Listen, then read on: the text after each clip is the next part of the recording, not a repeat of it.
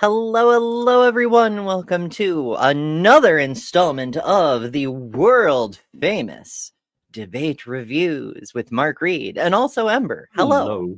Hello.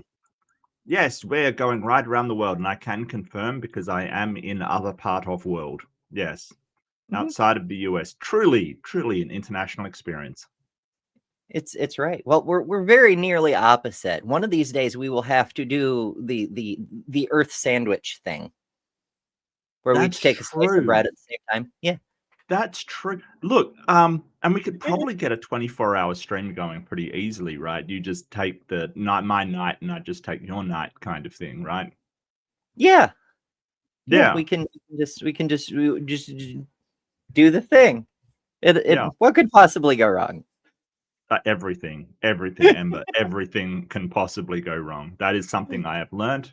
But hey, it's going right so far. So hey, let's not jinx it. Yeah, that's true. Well, things are about to go off the rails because if you Okay, saw the thumbnail, you I understand did, it's an interesting debate because but yes, one of the he is, combatants is Dapper Dino, but but yes, he's it's not a flat flat versus earther. flat.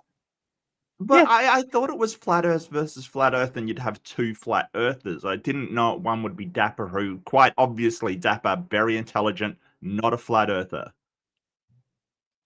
And the other one is Ross, who is a awful human being, like an absolute awful human being. I've heard that rumor. I Yeah, may have yeah. seen him in a debate many years ago, but he hasn't been darkening our skies locally in a No, while. I've had personal run-ins with the man. I can say from my personal experience, he is a awful human being. He tried to start a rumor that I was a child abuser because he had the great evidence that he could just tell these things from looking at somebody. Ah, Yeah, yeah, one can always tell. yeah. I've heard that one a few times. Yeah, so I was Hmm. angry to say the least because he Mhm. basically had I debated him. One of the debates ended with him after the broadcast to modern day debate ended.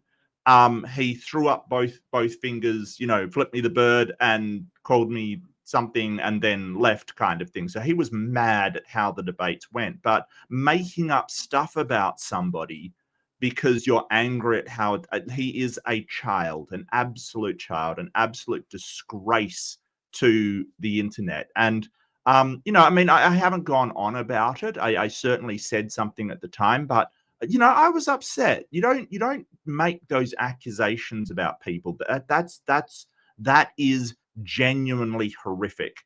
And if you had evidence, yeah, bring it. But I look at somebody and they look like somebody, I mean, what are you talking about here? That is disgusting.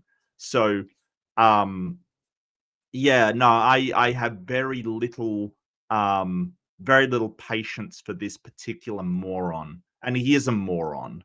He's absolutely terrible. And he was banned off the modern day debate Discord server for, doing similar things to other people, making accusations, So they yelling do have a slurs at standard people. somewhere. The Discord server, yes, but that Mhm. Discord server isn't run by James. It's run by Sean. So yeah, I Oh, don't.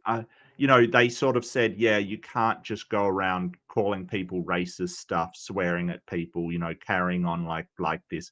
But it seems to be, just from what I've noticed, it seems to be, in my opinion, that he gets drunk and does this kind of stuff. But still, I was unimpressed and basically said, yeah, I'm not debating him ever again because of that. He is a disgusting disgrace of a human being who yeah. So that's the background on the guy that we call Flattergast the Dim. Because which if which totally tracks because top left is our yes, villain of the evening. Yes. Flattergast the Dim, yes, or Flattergast the Nude, because he actually flashed his junk on Modern Day Debate because he insisted on debating from a this wasn't against me, by the way. It was against somebody else. He insisted on debating from a sauna or something, or something like that. And he dropped the camera. And at one point, he walked past, and he was just buck naked. He's just a disgrace. Like, he's just an absolute disgrace. So, yeah. No, Kip, you don't. It takes a lot for me to call somebody a disgrace. You haven't done it yet. Like, you haven't risen to the, or fallen to the level of Flat Earth Aussie. Because his full name is not Flat Earth Aussie. It's Flat Earth Aussie Jesus. So at some point, he kind of calls himself Jesus. So the guy is deluded. He's a weirdo. He is really mean, especially when drunk. He is an absolute disgrace. Like, it's shocking. Yeah, it's Yeah, no, I've got high bar.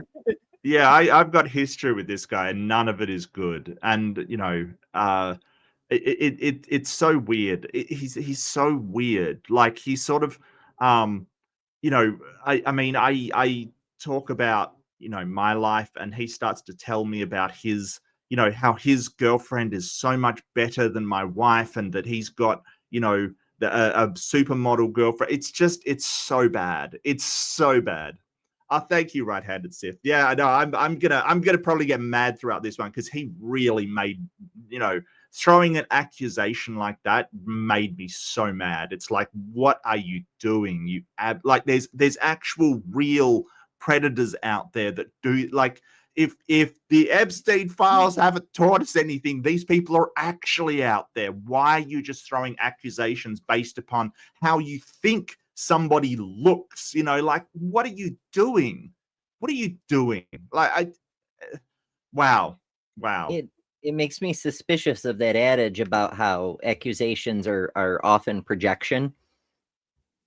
A couple of people said that, and I'm like, yeah, but I've got no evidence for, I don't just throw accusations with no evidence, or, you know what I mean? Like, if there was evidence, yeah, I might say that, but like, normal people don't do this. David Wood, I hadn't heard that. You're gonna have to tell me about that. Came out in solidarity with the U.S. president to express that it's perfectly normal for grown men to assault young teen girls because he did. So everyone does. It's just a thing grown men do. Yeah. What? But it's okay, because it wasn't like she was 5. Oh. I saw the thing by Megyn Kelly saying, well, they're not technically. It's like, Megyn Kelly, you left Fox because you were SA'd by one of the men there. I think it was what was that disgusting guy's name? I don't even remember his name. He was one of the main There were producers. so many. O'Reilly, maybe? No, it was the other guy. It was I can't remember his name. Roger Ailes, I think it was. Roger Ailes sounds familiar to me. I think it was. Could be.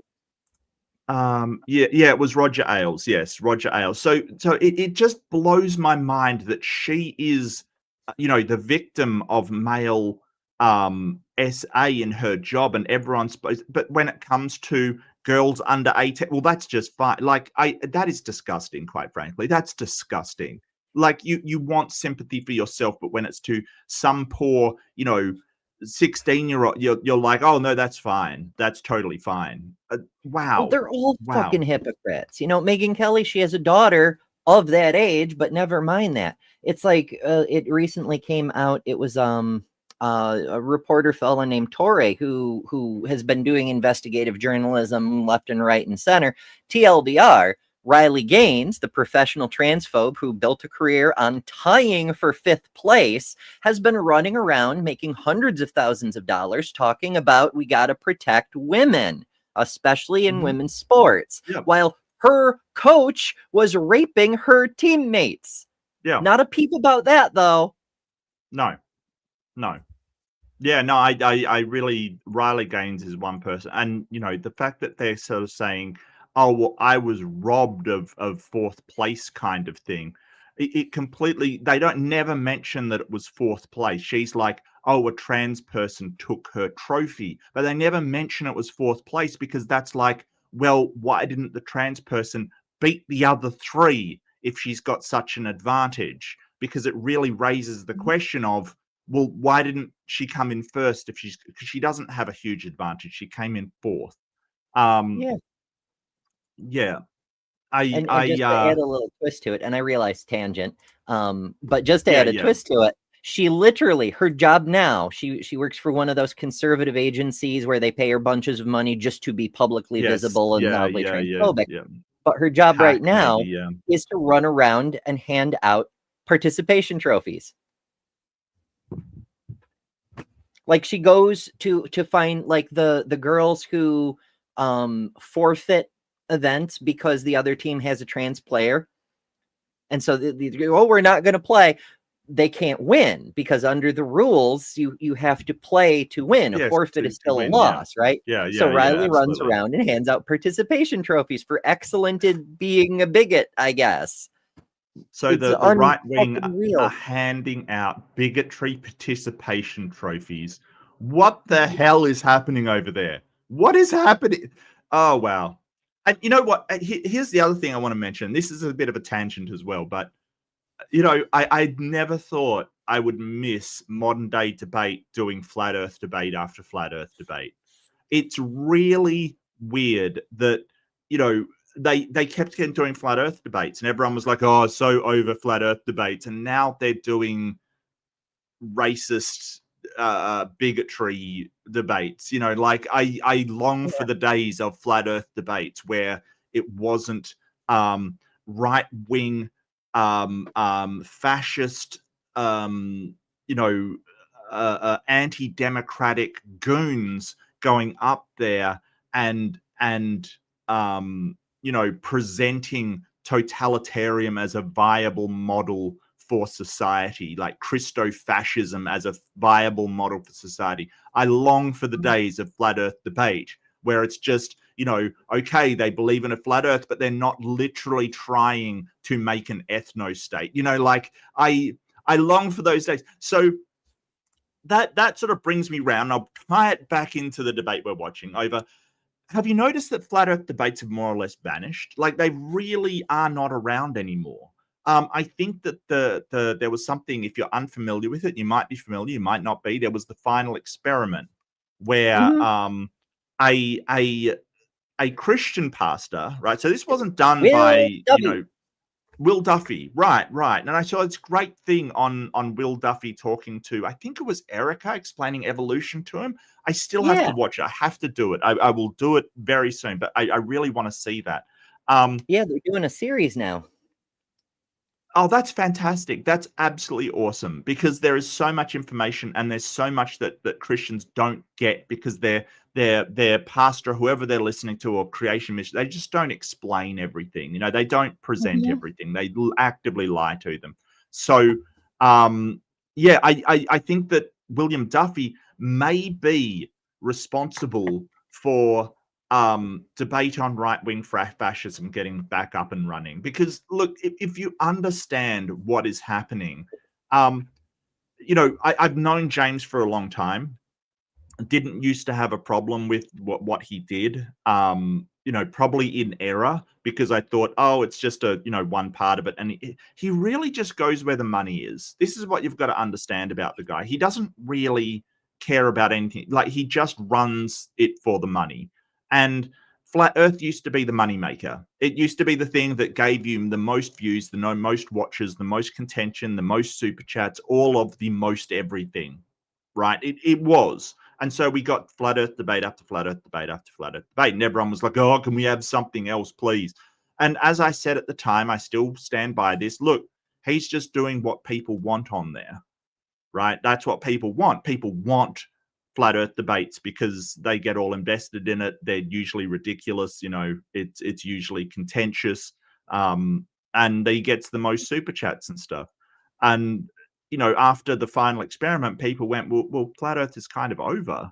Like it's or at least it got absolutely crippled. I mean, they're currently arguing among themselves whether Austin Whitsitt is the devil or not, like whether he is actually, folded and he was a mole in the flat earth, movement the entire time, trying to undermine it because he actually had the temerity to go to the South Pole and go, yes, it is 24-hour sundown here. So they're arguing over whether the devil, did mystical illusions, or whether, Austin Whitsitt is the devil who infiltrated the movement in order to undermine. So they're just on the back burner. But that's allowed these ridiculous, they're framed as Christianity versus secular humanism, what's better for society, but really it is secular democracy versus Christo-fascism is really what it is. Like, it reminds me of Mehdi Hassan when he went on that Surrounded thing, that he said, it was supposed to be Mehdi Hassan versus 20 conservatives, but they weren't conservatives, right? As he mentioned on there, if you ever saw it, I mean, you're a bit further right than a conservative, because a conservative tries to maintain the institutions. They wanted to tear down the institutions and like democratic institutions and replace them with autocracy or some form of oligarchical system that, or even some sort of aristocracy, like a monarchy, right? Like they wanted to tear it all down and replace it with some sort of fascism and the one that I got was monarchy, and like why we would ever do monarchy again is beyond me. It's absolutely ridiculous. Just wild stuff. Just wild stuff. Yeah. It goes in circles, sort of like the the heliocentric model. But that's a whole other topic. Okay. Speaking of wild things, today is it's not the last day of the month, but it's the last day of the month that a show is scheduled for, and that means I have to unload my gift memberships. So congratulations, random folks. Yeah. Awesome. Yeah, let's do it. I try to get rid of them as soon as possible because I know I'm going to forget. So I literally try to, dump them on the audience. Yeah, I'm dumping on you, audience. I've just been mean to the audience over the last week. I gotta say. Yeah, no, Kip, I get you. I got that as well. Like this thing of, if we don't do the birth rate replacement, we're going to, the humanity is going to die out. And that is just, it is a slippery slope. It's basically saying, hey, if the birth rates are lowered, we're going to have these problems, this unlikely situation after unlikely situation. Number one, just because it's reached some kind of equilibrium doesn't mean that, like, the birth rate has lowered, as in the amount of people being born has lowered, but that doesn't mean we're not replacing it. It hasn't fallen beneath replacement levels. It's why immigration's so important. And one of the things they say is, you're immigrating from Christian people. No, China's got a very high birth rate. Doesn't mean they're Christian. No, it's just, it's sort of this whole idea of, but if the birth rate, like we're not continually producing more birth rate, like it's not getting higher and higher and higher exponentially, then the entire human race is going to die out. I mean, what a ridiculous statement. It's just eugenics. It's just we need more white babies, because otherwise the brown people will come. That's that replacement theory that they're like, they're going to replace us within Western culture and suddenly we won't be a country anymore. Look, when people move to first world nations, they're not looking to replace the culture with their own necessarily. They're looking to assimilate it into the culture that's already there. And these institutions that we've built, they don't want to tear down the institutions.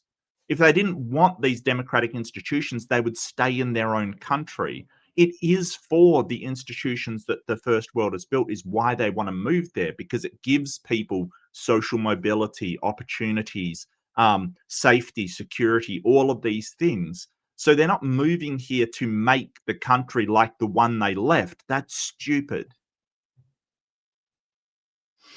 Yeah, well, there's a lot of silliness involved in all of it, Yeah. but also silly people. Speaking of, the winners of the gift memberships were BTF Wayne, the Real Melly, Katrina Todd, Dr. Dino, and Dog. So enjoy all the fun custom emojis and member streams, member exclusive content, all the things. Do enjoy. I hope you like it, and I hope you decide to re-up when the gift thing runs out, because yay members.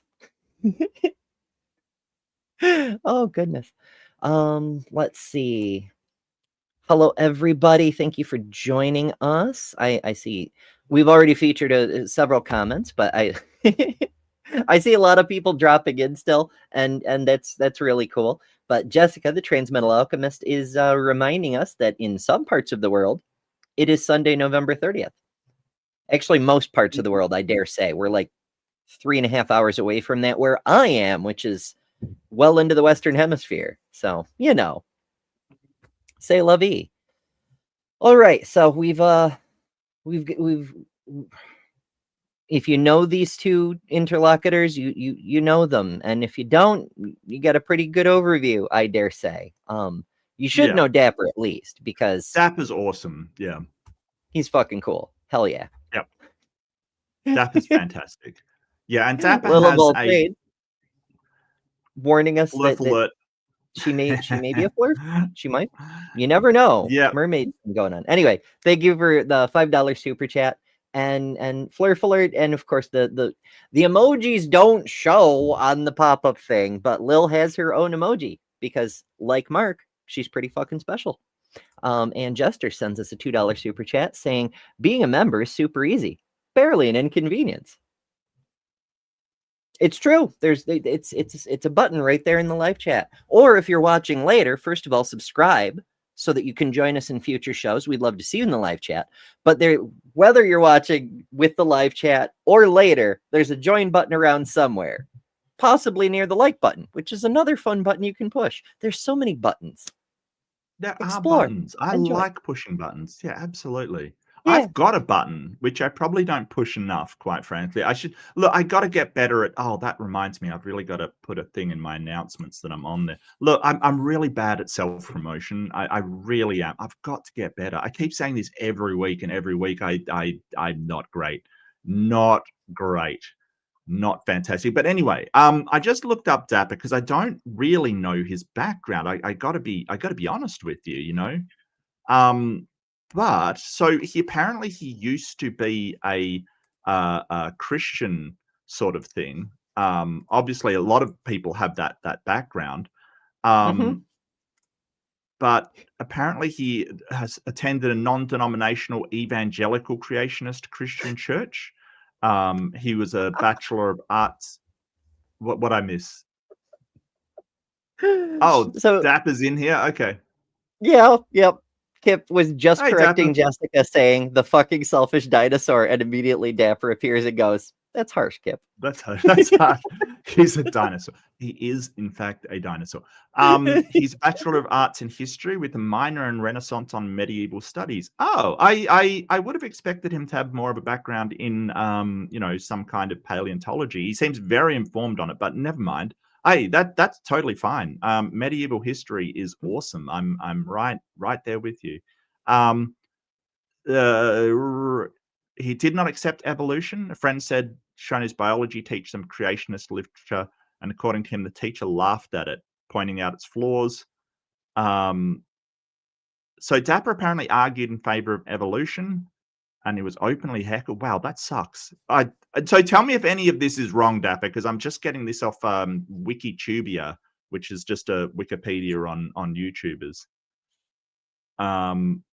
I didn't know there was such a thing.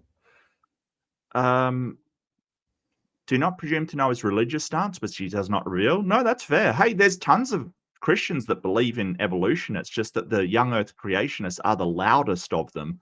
You know, they're a lot more like most Christians just go, yeah, evolution's a thing and get on with their lives. It's only the young Earth creationists yelling about it. No, but okay. Yeah, no, that's fair. Fair rules for his chat. Yeah, no, I like it.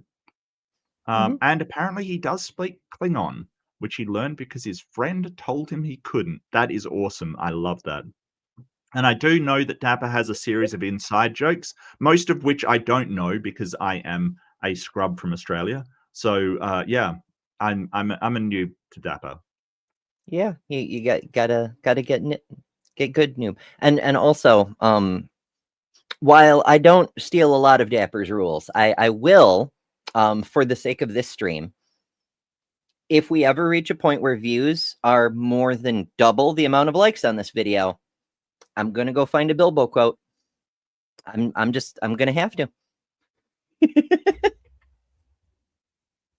All right, so that's it's an adventure. There's a lot, but we digress.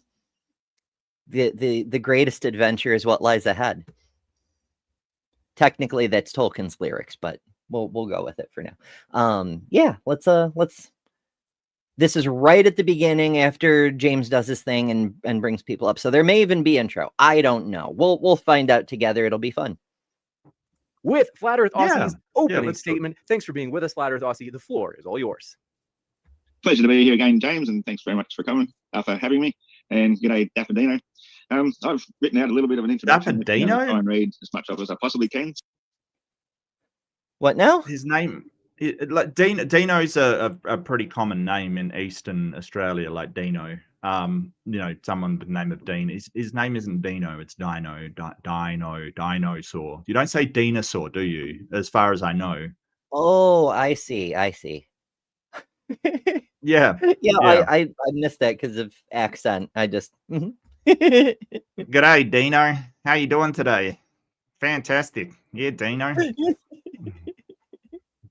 So without further ado, I'll just jump straight into it. I'm going to take a different tack from the usual globe debunk, such as easily dismissing the multiple, wild, unproven claims and assertions that the globe believers rely upon to support their heavily indoctrinated beliefs.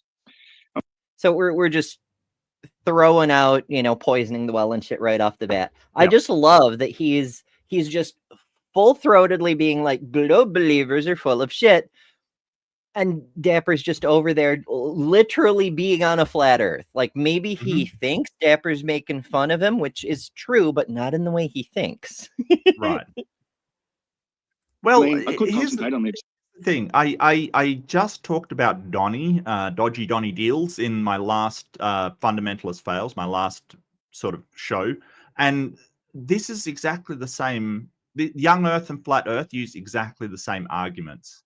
Because that's what they'll do. These unproven, things about geology and evolution and all of these unproven, they do exactly the same thing, trying to color scientific research with hey, they're just throwing out stuff willy-nilly with no thought put into it at all. Yeah, I don't think that's an accurate summation of what they're doing out there in, science. I just saying.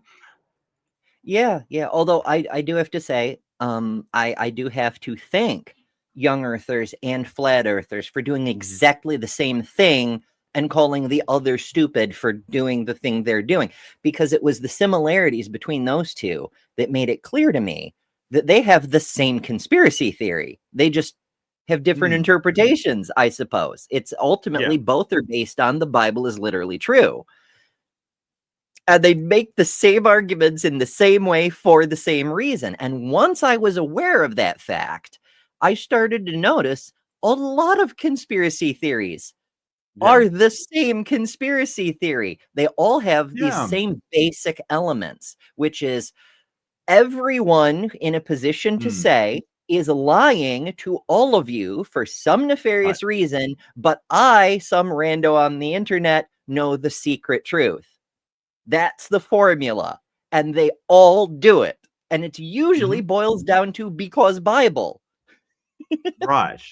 Well, it always comes down to why are they doing it? And the why is definitely where flat Earth falls down, because why would you convince people that, like, what does it change if the Earth is flat and we just need to explore beyond the ice wall instead of, you know, the far reaches of outer space? You know, we want to try to get to other planets and things.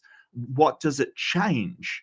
And the only response I've ever had for the reason why they're lying is because if you can convince them the Earth is a globe, you can convince them of anything. And it's like, well, but what does that get them? It doesn't get them anything, right? So the only thing I've managed to tie in is that they're trying to undermine the Bible.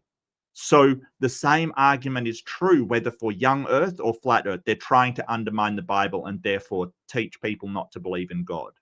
When you can believe in God and a globe Earth, or you can believe in God and evolution, it doesn't really matter. Like, people do it just fine. So that argument just, to me, it just does not make any sense whatsoever.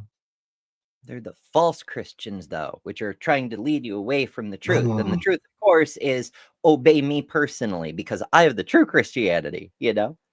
But that's just, that's a coincidence.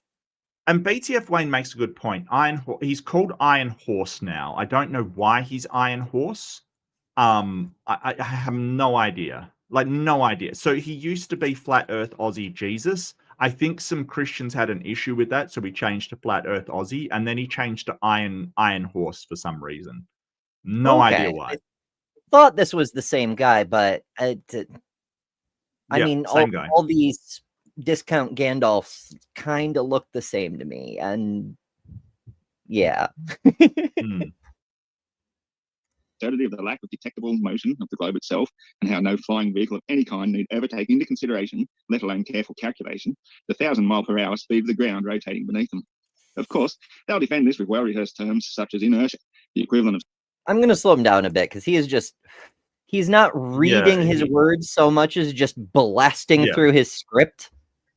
Yes. I heard 1,000-mile speed of the ground, but it's just blah, blah, blah, blah, like he's speaking in tongues. Yeah, he's basically saying that when you launch a ship, for instance, it doesn't suddenly have the Earth rotate under it, like, you know, thousands of miles an hour or whatever they think that the Earth is rotating at the speed of, because that's not how we measure rotation. Without realizing that, he says, oh, but they just say inertia. Well, no, it's inertial frames of reference. So that when you, like, for instance, when you're on a train, for instance, it's inertial frames of reference. You're within that frame of reference. So you have the inertia behind you. And there was a really cool video, a short that I saw, that was like a trampoline being dragged by like some sort of truck or ute or something, depending on what you say, like a truck. And people were jumping on the trampoline just normally. And it was a really good sort of demonstration of inertial frames of reference. That trampoline was in the same inertial frame of reference as the truck was. The people were in the same inertial frame of reference as the trampoline was, so they could just bounce up and down without a problem. Now, there always is other forces acting upon it, like wind resistance, for instance. That's why, you know, even if you know, something is going through the air, it still slows down. It's wind resistance, because, you know, air is not a vacuum. There's also friction. If you have that, you know, that's why a truck won't roll forever. Wind resistance and friction on the tires, kind of thing, eventually will slow down. But, you know, apart from these forces, we don't get, you know, you don't stand on the Shinkansen, for instance, the bullet train in Japan. Like, I've been on it. It goes like 300 kilometers an hour, or up to 200. I'm not 100% sure, but it goes really fast, and it feels smooth, and it feels like you're standing on a perfectly stable, stationary plane, because you're within that frame of reference, and there is no wind resistance, because the air around you is also traveling at that velocity. So he just doesn't understand how things work, essentially. I'm shook and surprised. Moving train, you'll continue moving with the speed of the train plus the extra thrust from your jump. Whereas in reality, we know the train continues speeding away, leaving you far behind in an instant. And there's no way that the train is moving anything like 1,000 miles per hour before we even begin to consider the 10 times more absurd, 64 times more absurd speed attributed to the orbital rate of going around the sun. I could focus in great detail upon this massive problem, which alone entirely debunks the absurd spinning spaceball. No, We'll it move on doesn't. with one. Like, here's the thing. Like, he thinks that if you jump up on a train, it's going to speed away, leaving you behind. And that's not what actually happens. What actually happens is if you jump backwards off of a train, it's only going to leave you far behind once you hit the earth and slow down extremely rapidly. Mhm. Right? Don't roll against the train if you ever jump out the back. Roll with it, because you're still going to be traveling very fast in the direction the train was going. It's why if you jump out the side of a train, you don't just go sideways, you go forwards and sideways. Like you still hit the ground at a vast rate. He thinks that if you jump off a train, you just stop stationary, drop to the ground, and go, oh, that's convenient. That is Right, not what like, happens. You see it in cars too, right? Like, say you're driving down the highway at 50 miles an hour or 70 kilometers per hour, whatever the hell it happens to be, and say you finish an apple, you've got the apple core. Since it's biodegradable, you chuck it out the window.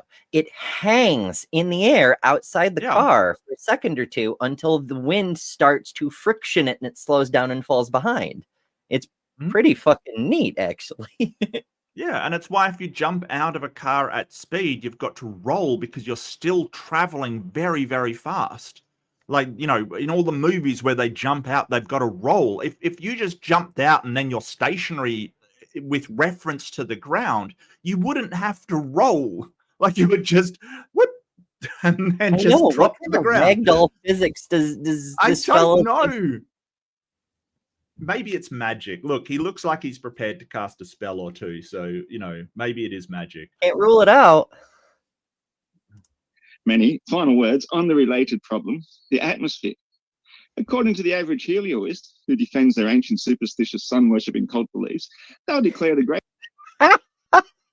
sun worshipping. Yeah, no, I can definitely say not worshipping the sun over here, buddy. Yeah. Like, just any aspersion he can think of, he throws out there. I think this is why so many people just assumed he was a troll for so long, because holy crap. Although, in fairness, if I were going to have a cult worshipping something, the sun's a good candidate, because A, we can show that it freaking exists, and B, it kind of is the source of all life on Earth from a certain point of view. It's yeah. So it's the source of most heat on Earth. There's a little bit coming from geothermal, but that's about the only other source of energy. Yes, I gotcha. Yeah. Yeah, I mean, but like, we have, like, in Australia, there was a really cool ad campaign, right? It's called Slip Slop Slap. I'm not even gonna like slip on a shirt, slap on sun cream. No, slap on a hat, slop on sun cream. Yeah, that's the one. But anyway, it's basically saying, hey, like, because you remember the hole in the ozone layer, the thing that chlorofluorocarbons cause the ozone to deplete in the ozone layer. Sing it, slip, slop, slap, slip on a shirt, clap, slop on sun cream, and slap on a hat. Always mix those up. But thanks, Anony. Thank you for making me do that. I needed it. Anyway, it wasn't just a slogan.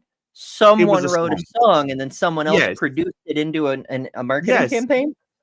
Well, it wasn't marketing for anything. It was the government sort of saying, hey, you've got to do these things or else you will get skin cancer, right? Like, because the hole in the ozone layer was basically over Australia, the UV index in Australia is just astronomically high.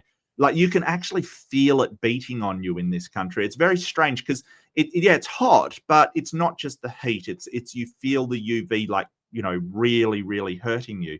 So they did a massive campaign to always put on, especially for kids, because they're prone to melanomas. So we want to try and stop that. So worshipping the sun, it's like, no, the sun's actually very dangerous for your skin, especially if you're a pasty white guy like me. Like, it just is. So, you have to make sure to protect you. This is not a religious worship thing. It's basically saying, hey, yeah, we get a lot of sun. It's awesome. At the same time, it's dangerous. We're aware of the dangers of that. So the whole idea that anything can be a religion, I really have this thing of, no, that, like, colloquially, yes, your favorite basketball team or sport, your sports ball can be a religion. Sort of metaphorically, sure. But I really think that if anything can be a religion, it really does devalue, it does destroy any kind of value of religions that are out there, that basically are some sort of worship system associated with a higher power. It really does just make them a triviality, so I don't know. I have mixed, stop just saying everything's a religion, please, because it sounds nonsensical. What was the latest one that I had? Defeating. Yeah.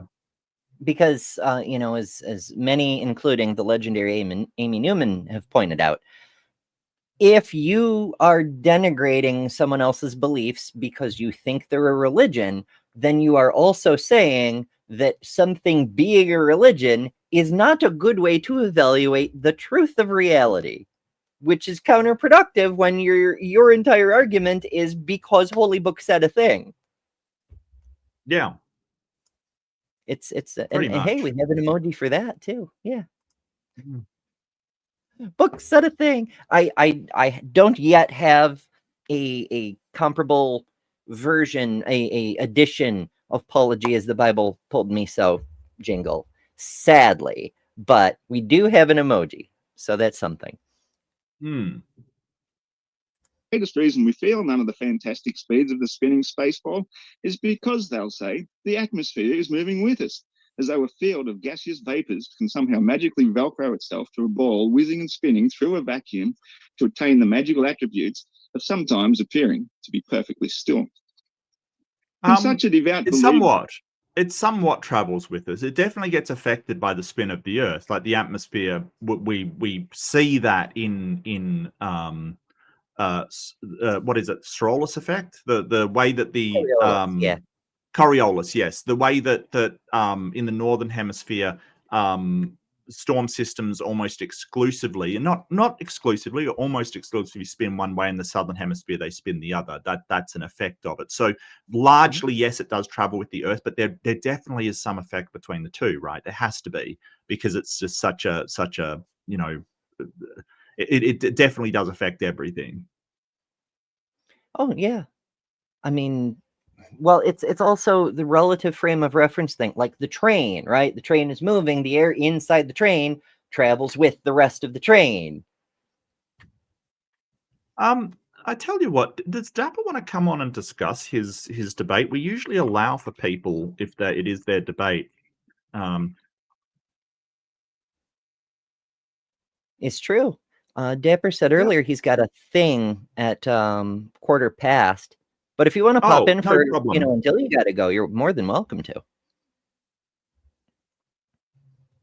Yeah, so if somebody is actually in the debate, we usually do absolutely allow them to come in and discuss it. Just because, I do like hearing from people what their strategy was, what they were trying to do. I find it very interesting.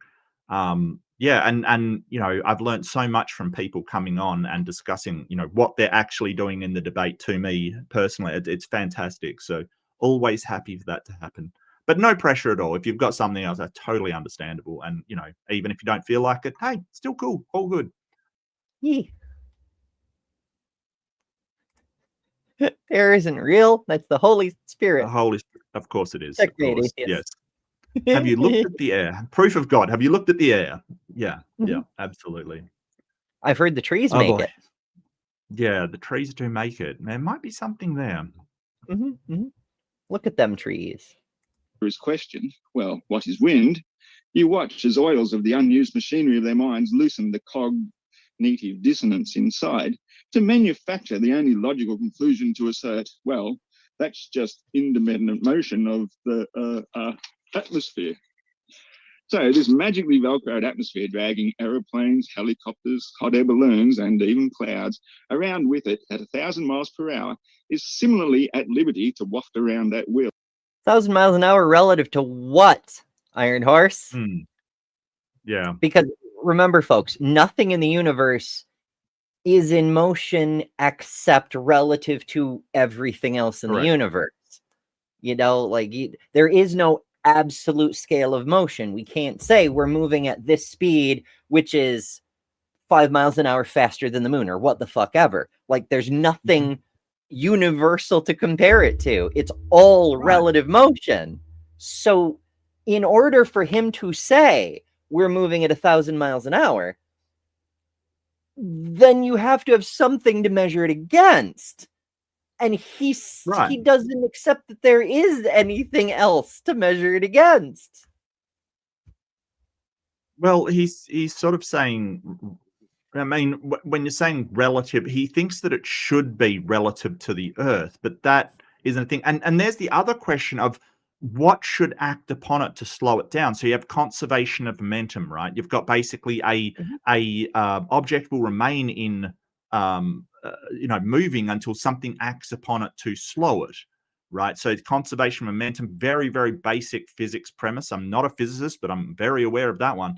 There is, if you're talking about, hey, well, it should slow down, what would cause it to slow down? The air friction? It is the air. It can't have air friction work upon it because it is the air. So if you travel through it, you should get friction against the air that is there. But what does it have friction against? It can't have friction against itself. So the question becomes, well, what slows it? If you get it up to this speed, what slows it down? Well, yeah, there's some friction with the ground, yeah, sure. But if the ground's moving, what's actually slowing it? I don't know.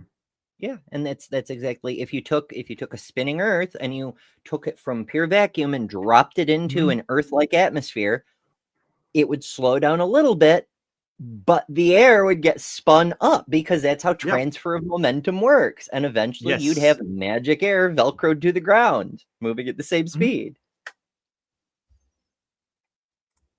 Often in different directions in the same location. And the only aberration any flying vehicle need ever take into consideration is this somewhat mild exception to the normal 1,000 miles per hour. Should said aberration reach as much. Also, minor point of order, and I'm aware everyone in the chat knows this, but in case someone in the future watches, it's not always 1,000 miles an hour. That's the average speed at the equator. It gets less and less and less, and it zeroes out at the pole where you just stand in place and spin in a circle. So it's not always 1,000. It's easier to describe the Earth in rotations per day, and it is 1 rotation per day. It's 15 degrees per hour, I think it is, something like that. Thanks, Bob. Thanks, Bob. Yeah, poor Bob. Bob did pass away, so thanks and rest in peace, Bob. So if you're unaware of that joke, so in a documentary that wasn't too bad, I thought it was actually quite interesting, Behind the Curve. Behind the Curve. One of those curves. Above the curve. It was Behind the Curve because it was sort of play on the words that they weren't up to modern scientific knowledge kind of thing, which is kind of true. Anyway, they had sort of a documentary on flat earthers, and they basically got a laser gyroscope basically in order to test whether there was a drag in the angle of this gyroscope. They could actually see if there was a rotation to the Earth. And they were doing fine. The flat earthers were doing fine. Bob was doing fine. He made a hypothesis that would falsify it, a falsified, test, and basically said, well, if it picks up 15 degrees per hour drift, then the Earth is rotating. And they did exactly that. They picked up 15 degrees per hour and immediately went to trying to explain it away. And that's the problem with pseudoscience. It will get results and try and explain it away rather than accepting the conclusion of those results. So, it was actually a really good experiment. This is the bewildering thing. They come up with these really good experiments. The problem is that they never accept them if they go against what they already believe. They will try to come up with some excuse. As we might call it, confirmation bias, or as Our friend on another channel might call it rescue devices. Yeah. Yeah, the projection is real with that one. Yes. Which is 1/5 of the normal magically velcroed on speed, that is, as much as 200 miles per hour either way, the forces are great enough to wipe out entire plantations, flatten entire fields, and annihilate entire villages. On the spinning space ball, however, this can only mean that an easterly wind is actually going backwards 200 miles per hour, which translates as an 800 mile per hour motion. Yes. And that the westerly wind is actually adding to the Earth's rotation, so it is effectively moving 1,200 miles per hour. A perfectly calm, still day. I don't understand any of that. Like, it's going backwards. Yeah, but relative to the ground, it's just going whatever miles an hour it is. You know, like there's relative to the ground and to those plantations you're talking about, it's only going this amount of time because like he needs to understand basic physics. Like the problem is he doesn't understand basic, you know, high school physics. That's the problem. Yeah, because it's inertia. It's Jesus Christ. Yep. Like again, who's doing this measurement? It's 1,000 miles an hour compared to what? A stationary observer outside the Earth looking down. You know, Yes. Like there is no objective viewpoint where any of this makes sense from. Yeah. So if I'm on a train and you know, if I'm on a train and I run backwards along the train, you know, say what's a really low speed? 10 miles an hour, 10 kilometers an hour, whatever, 10 kilometers an hour, right? Like I run backwards. According to the train, I'm running 10 miles an hour, right, backwards along the train. But to the ground, and the train's going, say, 100 miles an hour, I'm going 90 miles per hour. So yes, I am detracting that from the speed of the train in relation to the ground. So yes, correct. You know, if dipshit Flurfy here, if his theory were correct, then all of us, even sitting still, are moving at 1,000 miles an hour. We are all the fastest humans ever to live. We're much faster than Usain Bolt. Because in fact, we're just riding the ground. That doesn't matter to him. We're actively moving at 1,000 miles per hour, apparently.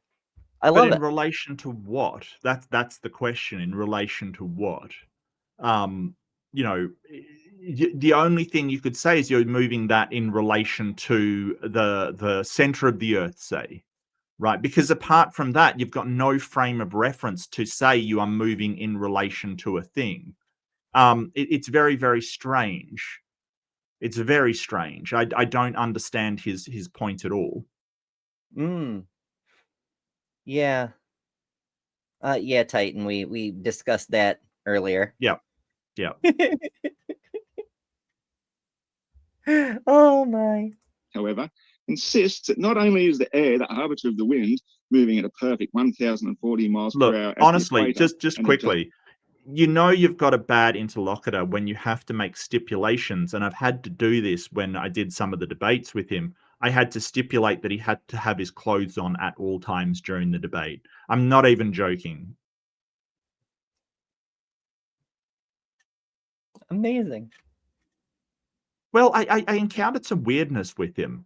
Like, I was debating him sort of on the modern day debate Discord, and like, you know, had a few things that really made him sort of almost angry, and then his camera turned off and he came back with no shirt on. It's like this, like I'm gonna, you know, it's this really weird behavior that every time he feels sort of, you know, threatened, he takes his clothes off. I'm not sure why.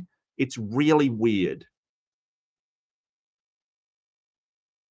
Oh, come on. Okay, so Gavin was hilarious. Come on, that Gavin video was hilarious. And it wasn't just because he was pantsless. Okay, so Gavin, I think Gavin was my first debate. And so Gavin was a young Earth creationist. Bye, Dapper. Take care, mate. Have fun on your show. Gavin was a young Earth creationist who, he was pretty terrible. He used to hang out with Standing for Truth and who was the other guy? Praise I Am. He was terrible as well. Amazing. Yeah, Praise I Am that I am, or whatever his name was. I don't remember what his name was. He basically, it wasn't just because he was pantless, it was because he was in the debate and a bird flew into his wherever he was, and he had to get up to shoo the bird away. It was just so funny. And he wasn't like, he only had underwear on. He wasn't completely nude, in his defense. He only had, but it was so weird because he's wearing like a shirt and a tie, and then you see this bird come in the back. And who was moderating it? I think it was Oz, right? From Oz and Jenna. Okay. Right. And he was moderating with somebody, and they were sitting there absolutely trying not to lose it, while just like, what is happening in his camera where this bird comes in? He gets up, no pants on, runs over, tries to get this bird out, and it was just weird. It was so weird. It was one of those things. I can't even explain it. Do I have a clip? I should have recorded it, but I mean, you had no way to know Evan was going to come up. But in fairness, I'm not wearing pants either. Okay. It's spinny and it has pockets. What could I say? Yeah, but you're wearing some kind of garment that does cover your junk, right? Like some sort of outerwear garment that covers your underwear, I would presume. Maybe I'm wrong. It usually does, yes. Oh my goodness. God gave him the bird. Ah! Yeah. Ah! That's cool, yeah.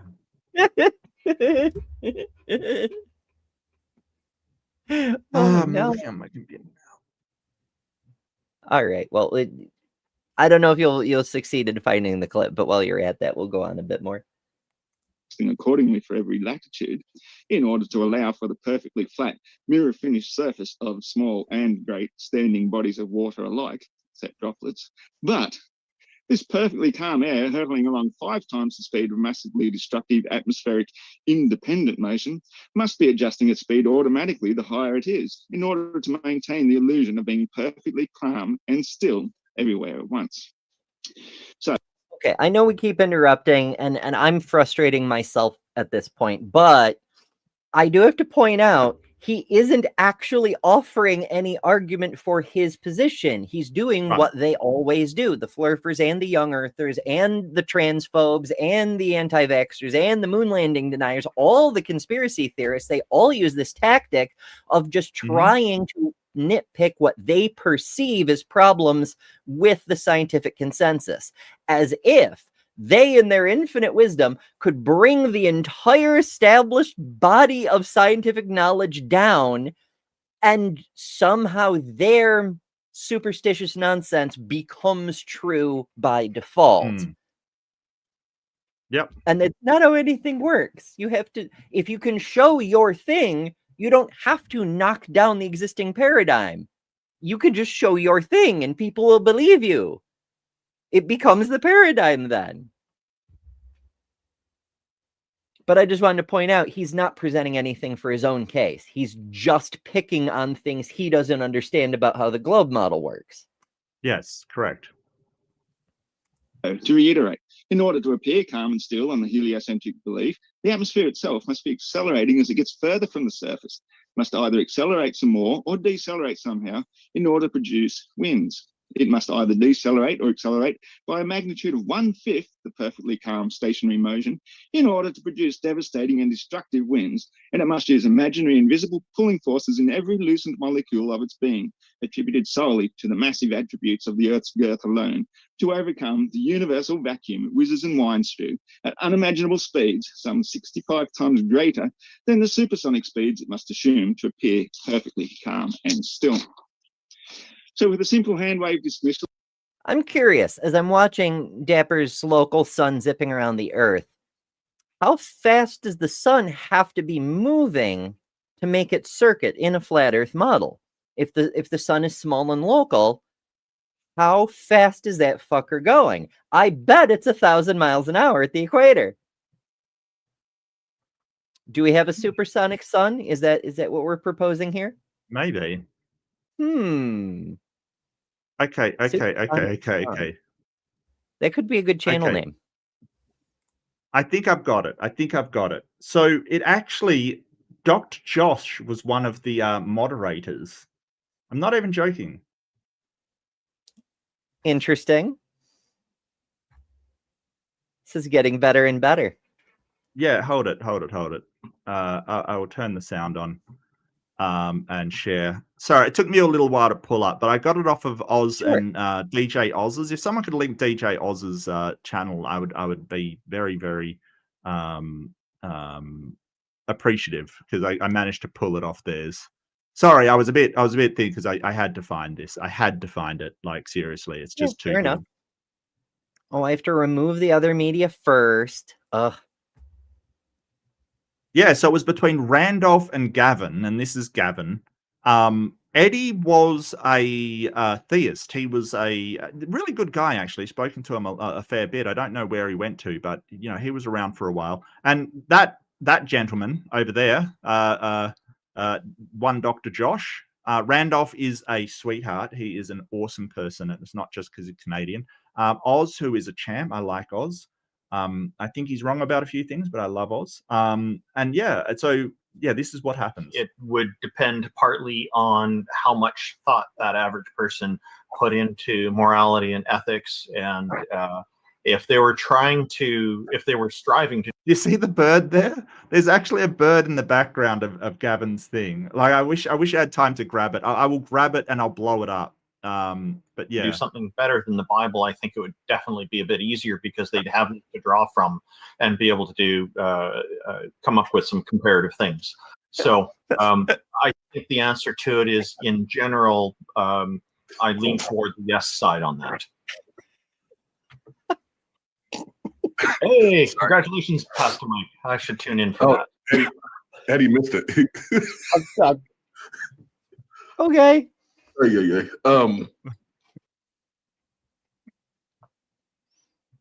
But that was him chasing a bird out with no pants on. Just like, wow. What is happening? And then the entire debate breaks down because Eddie and Oz cannot stop laughing after seeing that. They just can't stop laughing. Yeah, I didn't remember Josh was motivated either. Yeah. Look at the side chat. Can I look at the side chat? Show chat replay. Oh, was it a simulcast? No, I was just cast on thing. I would assume this was a mirror. So I don't know what the side chat might have to say from Oz's channel. So yeah, we're gonna go and wrap it up, and give me 1 second here. Just to be safe. I don't know what I'm looking for, buddy. I don't know what I'm looking for. We scanning. Yeah, I have no idea what I'm looking for. It's not appearing bottom. I don't know, Titan. I don't know, mate. Maybe.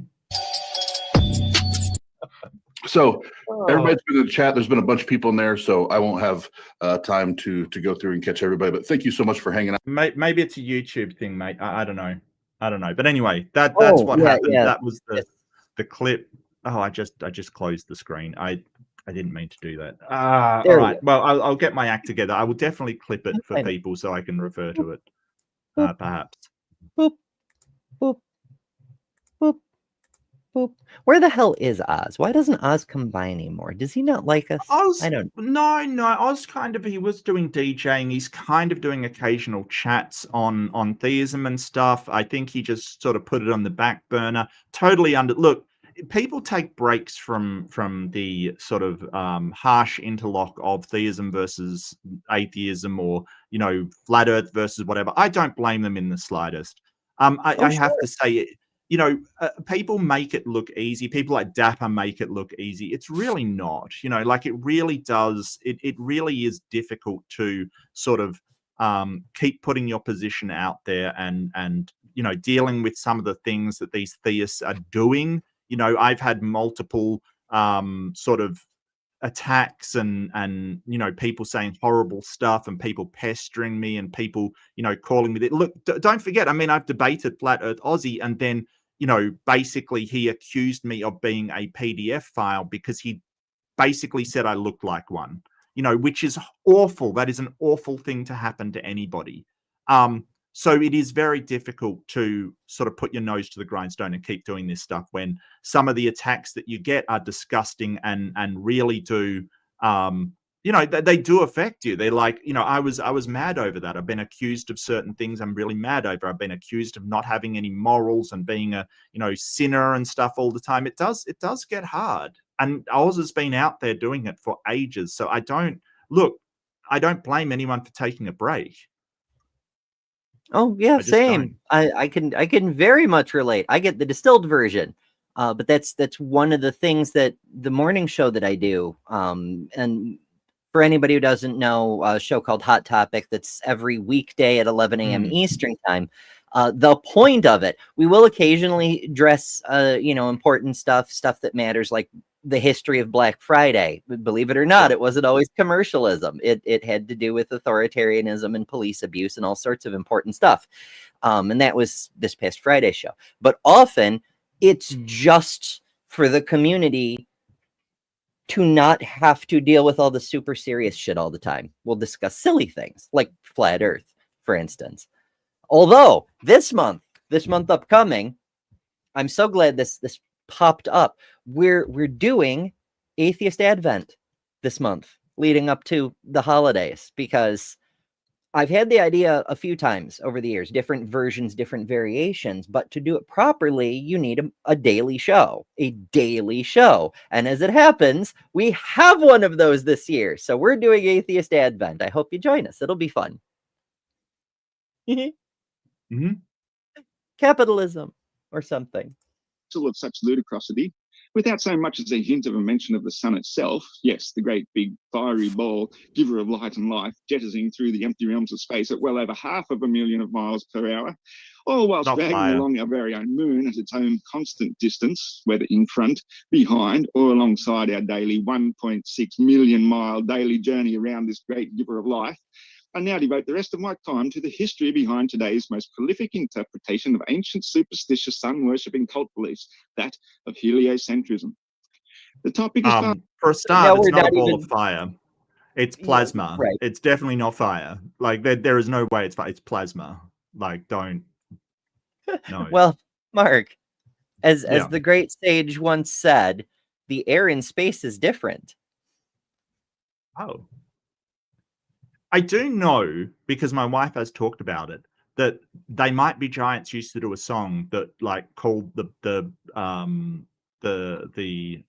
sun a ball of fire, and they changed the lyrics to be a miasma of incandescent plasma just to be scientifically accurate. And I appreciate it. I will pay that. I will respect that. Yeah.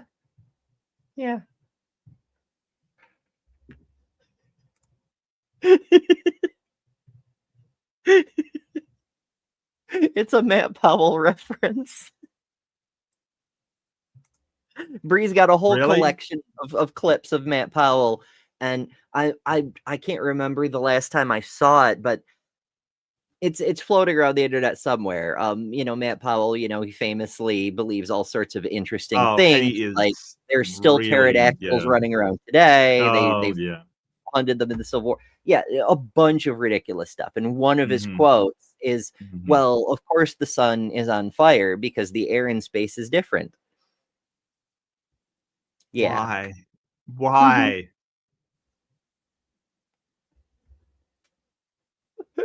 Why? The better question is, why are all my references about the most horrible, stupid people? Yeah. That's a good question. I've been doing this too long, folks. Someone save me. Are bigger than any of us could imagine.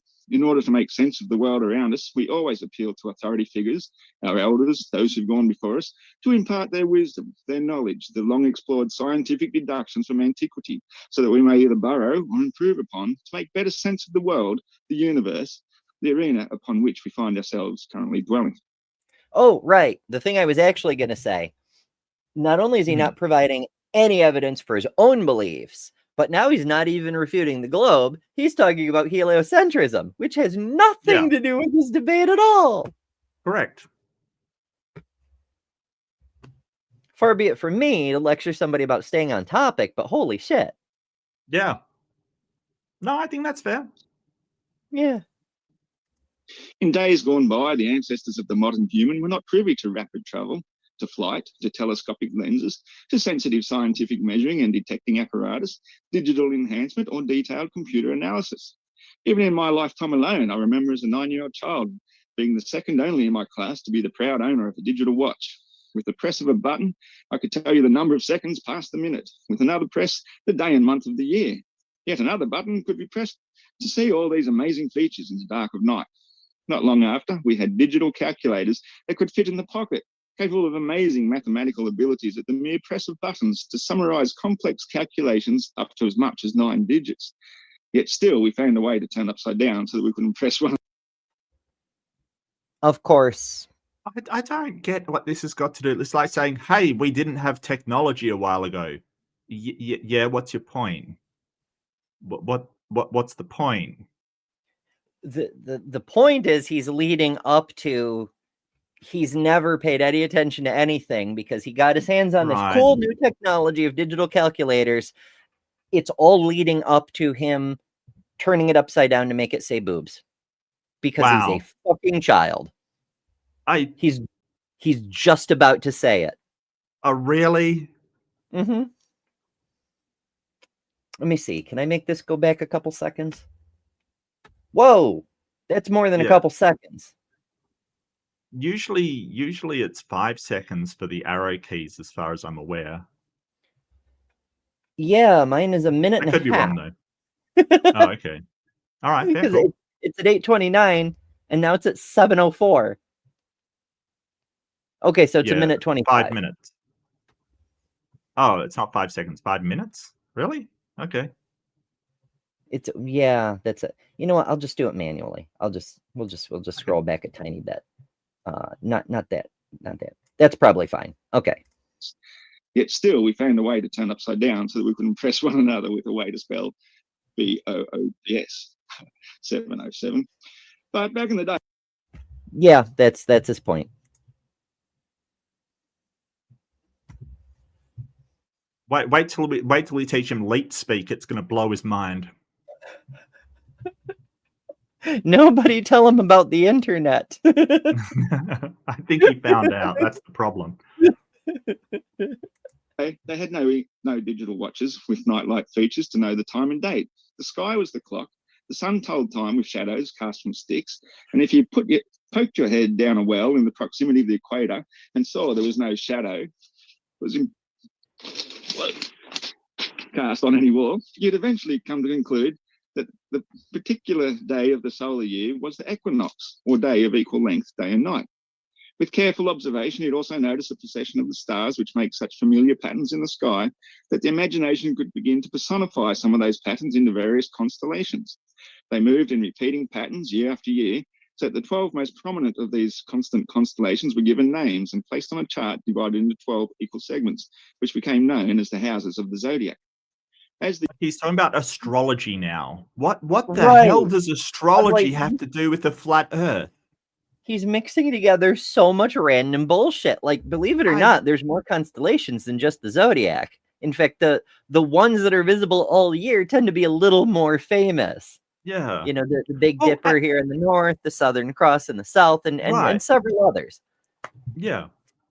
And the North Star kind of thing, Polaris, which wasn't always a North Star. If you go further back, was actually a different star that was a North Star because of the way that, things work. Look, but he's mentioned sticking your head down a well. Is he talking about the Eratosthenes experiments? Like back in ancient Egypt kind of thing? Like that Greek people did? Like, I think he's okay. So Ninjesta, I think he is actually referencing, because Eratosthenes basically was a guy that he basically put a stick down a well and it didn't cast a shadow when the sun was directly overhead. And what he did was he calculated the different distance from I think it was Cairo to Alexandria, as far as he calculated No, the distance like another city further south. See, he Oh, was okay, based in yeah. Alexandria.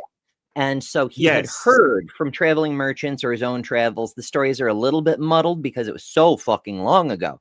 But he knew there was a town that happened to, on the day of the solstice, the light of the sun could shine all the way down this well and cast no shadow. It was just lit Right. straight down. So he knew the light was directly up and down on the day of the solstice. And Right. so on the day of the solstice in Alexandria, he set up a stick, saw it did cast a shadow, and then measured the shadow and used that to calculate the circumference of the earth and so on and so forth. Right. Ta-da. Well, he used it firstly to calculate that the earth was a sphere and could not be a flat plane. That's one of the first things he basically made a calculated decision on. The other was the actual circumference of the earth based upon, and he was remarkably close. That was the thing. Like back, I think it was like over 2,000 years ago, he was remarkably accurate. So, I think he paid 500 somebody. BCE. Yeah, I think he paid somebody to pace the distance from the town that he was in, which I don't remember where he was, but from Alexandria to this town. So he got like the 200 distance. wheels or something. Right. Like, so he basically paid somebody to calculate the distance because, he needed that in order to calculate it. But remarkably close, like, especially for his time, like incredibly close. And, they really don't like the Eratosthenes experiment. And as I've pointed out in debate, it's not just one guy with a stick in a well anymore. There are literally, like, they get schools to do it. They get high schoolers doing physics to do the Eratosthenes experiment, send in their results of the shadow that's being cast on a certain day, all across Europe, and thousands of schools do it, send in their results, and it all matches up perfectly to a globe Earth. It's pretty cool. It's pretty cool. Yeah, it's very cool. In fact, this exact thing was we all have our favorite stories of running into the infamous flat earther Austin Whitsitt. Yeah. I stress that because there's a person who shows up in the community from time to time named Austin Sims, and at one point I was saying the infamous flat earth grifter Austin, just as his chat popped up in the corner of my eye, and my eye caught it, and so I said the flat earther Austin Sims. And now it's hilarious, but Austin doesn't come around anymore. So, alas. But anyway, well, Austin, that was one of the encounters with Austin, with Whitsitt. Yeah.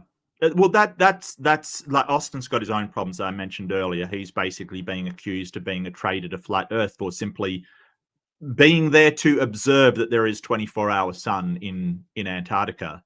So, half of the community thinks he's a traitor and the other half thinks he's been deceived by Satan or something. I don't know. So he's got his own problems. Oh yeah. I mean, he's always had issues, but now the community doesn't like him. But the reason I mention him is because one engagement with him, he was spouting off about how, oh well, with just 2 data points, you could have it match a small local sun on a flat Earth. And we said, okay, yeah, sure, 2 data points, possibly you could make that work. But what if you had more data points? What if you had, say, a few hundred data points or even a few thousand data points, and they all showed the same Earth, the same roundness, the same distant sun?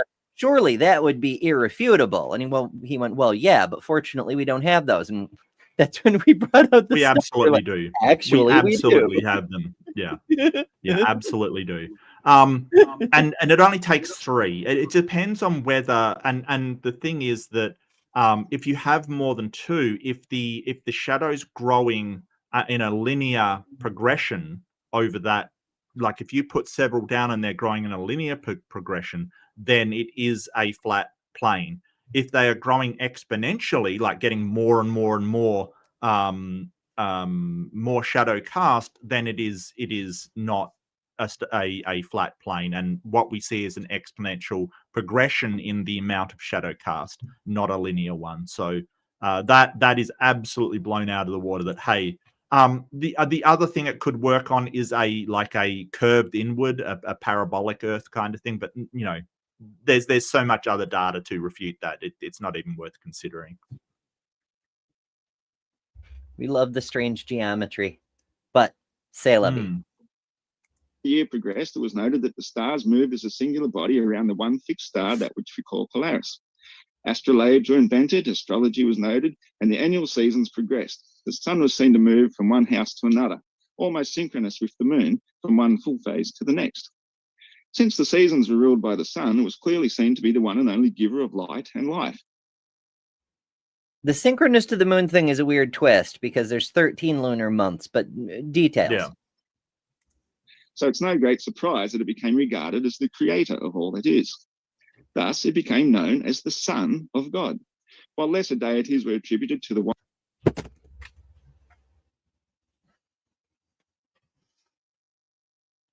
No, that's not at all how or why that. It's a good thing Kip went to take a nap because he'd be having a fucking stroke right now. Yeah. The sun is not called the sun because it's the Son of God, or vice versa. Plus, the name of our star, because it is a star, is not the sun. The name of our star is Sol. Okay, it's really important to understand this. We call it the sun colloquially, but that is not the official name of it. It is Sol. And that is from the Roman god of the sun, Sol Invictus, who was kind of copied wholesale from the Greek god of the sun, which was Helios. Right? So the idea that the sun, it's wrong that it's the name of the sun. Like, it's not the name of the sun. We just call it the sun. It's a star with the name of Sol. Number two, it doesn't come from Christian theology. It comes from Roman and Greek. And number three, you're an idiot. Okay, that's the 3 points I have for you. That's fair. Although, in counterpoint, humans are shit at naming things. While we do sometimes get poetic, our science-minded people who observe things get poetic. So we've got, the sun, Helios. We've got Mercury, the messenger, Venus, the beautiful one, and Mars, god of war, Jupiter, the king of worlds, and Saturn off in the distance. Meanwhile, our own planet we call dirt. Behold, Yes. dirt. Terror. Yeah. Love it. And we're still doing this, by the way. We've got the God particle, and we've got Y chromosome atom, and it just, humans should not be allowed to name things as a rule. Just not after religious iconography, because religion always tries to hijack things. So just don't make it easy for them to hijack concepts into their own mythos kind of thing. That's what they're always trying to do. I mean, they're flat earthers and young earth creationists. They're doing the same thing. They're trying to hijack science to say we've got the real science. What I was considering the other day is, why are they doing that? Like, why do they want to be associated with science? Like, why not just, their religion has been around for ages. Why associate yourself or try to,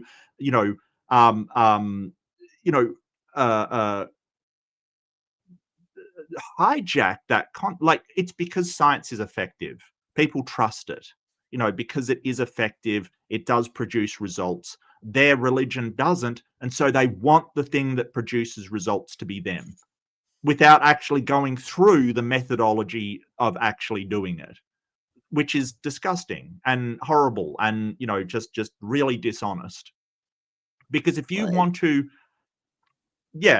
make yourself part of science, do the scientific methodology. Don't just say, hey, well, where with the real science now? Yeah, we're just declaring things. That's how that works.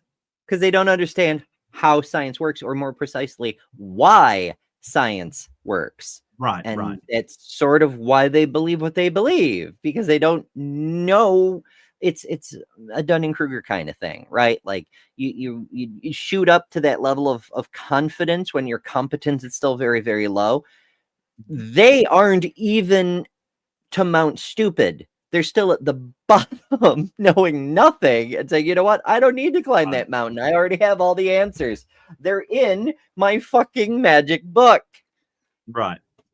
Amazing. And it always happens. Like you look at a first year student who's just started a course, they think they know way more than what the third year student will tell you. Third year student is like, I've just scratched the surface. First year student is like, oh, I've done a couple of classes. I'm all over this kind of thing. Like, it really is this. The more you learn, the more you're aware of what you don't know about the subject, and that's the problem. Perhaps it's an issue with pedagogy, but that's a discussion for another time. Maybe. Wandering stars, those which we still call by their various ancient Greek or Roman names today, the sun itself has gone through various names, the most obvious being Helios, who lends his name to today's term of heliocentrism, which translates as going around the central sun. But there's plenty of others, such as the Egyptian Ra, killed by his brother Set, reincarnated by his loving wife Isis to produce the son of the sun god Horus, from which the term horizon originates. To this day, we still say the sun sets, which I'm not sure that's true, but that's not important. Yeah, there's a lot of cool legends. Recently, I was over on Ben's new channel, Holy Spirits, telling the story of the Sky Woman, which includes the creation of the sun according to the Haudenosaunee legends, because she's a Sky Woman, and her husband gets mad at her, so he rips out the tree that's the source of all life in the universe to create a hole in the sky to shove her through. But now there's no light in the universe, so she creates the sun to replace the lost tree. But that's go watch the Holy Spirits one if you want that whole story. It's a fascinating story, and apparently Drunk Ember is kind of fun to watch, or so I've heard. Okay, Miranda's caught up, and she says, okay, I finally caught up. I suppose I could have just gotten a summary of flirfs are dumb and don't understand science, as Mark and Ember are saying now. Yes. which is dies by the hand of Set, only to rise on the eastern horizon each morning. The morning star, Lucifer the light bearer, Apollo the Great. And thus every ancient religious cult was born upon the pagan observations of the natural celestial cycles in the sky, by which we learnt to plant and harvest. Are observations pagan? Like, if you make an observation and then make up a myth about it, then maybe it's pagan. But to make the observation itself... But I don't get how this makes the Earth flat. Like, it's like people believed in all kinds of... And so Flat Earth Aussie would be the first to say, hey, what they thought was wrong. Sort of it is the son of God and stuff. And that, so if you talk to him, you are going to get the most bewildering, wildly stupid idea of what the sun actually is, which he says is just a projection. And everybody has their own personal sun, including all the animals and insects and everything. So trying to get out of him what the sun actually is a task in self-flagellation and insanity, because he doesn't actually say what it is. He says it's some sort of projection, as far as I'm aware. Maybe his stance has changed. I don't know. But he's basically saying that these people believed in something that he doesn't think is true, and neither do we. So I don't know what argument he's making.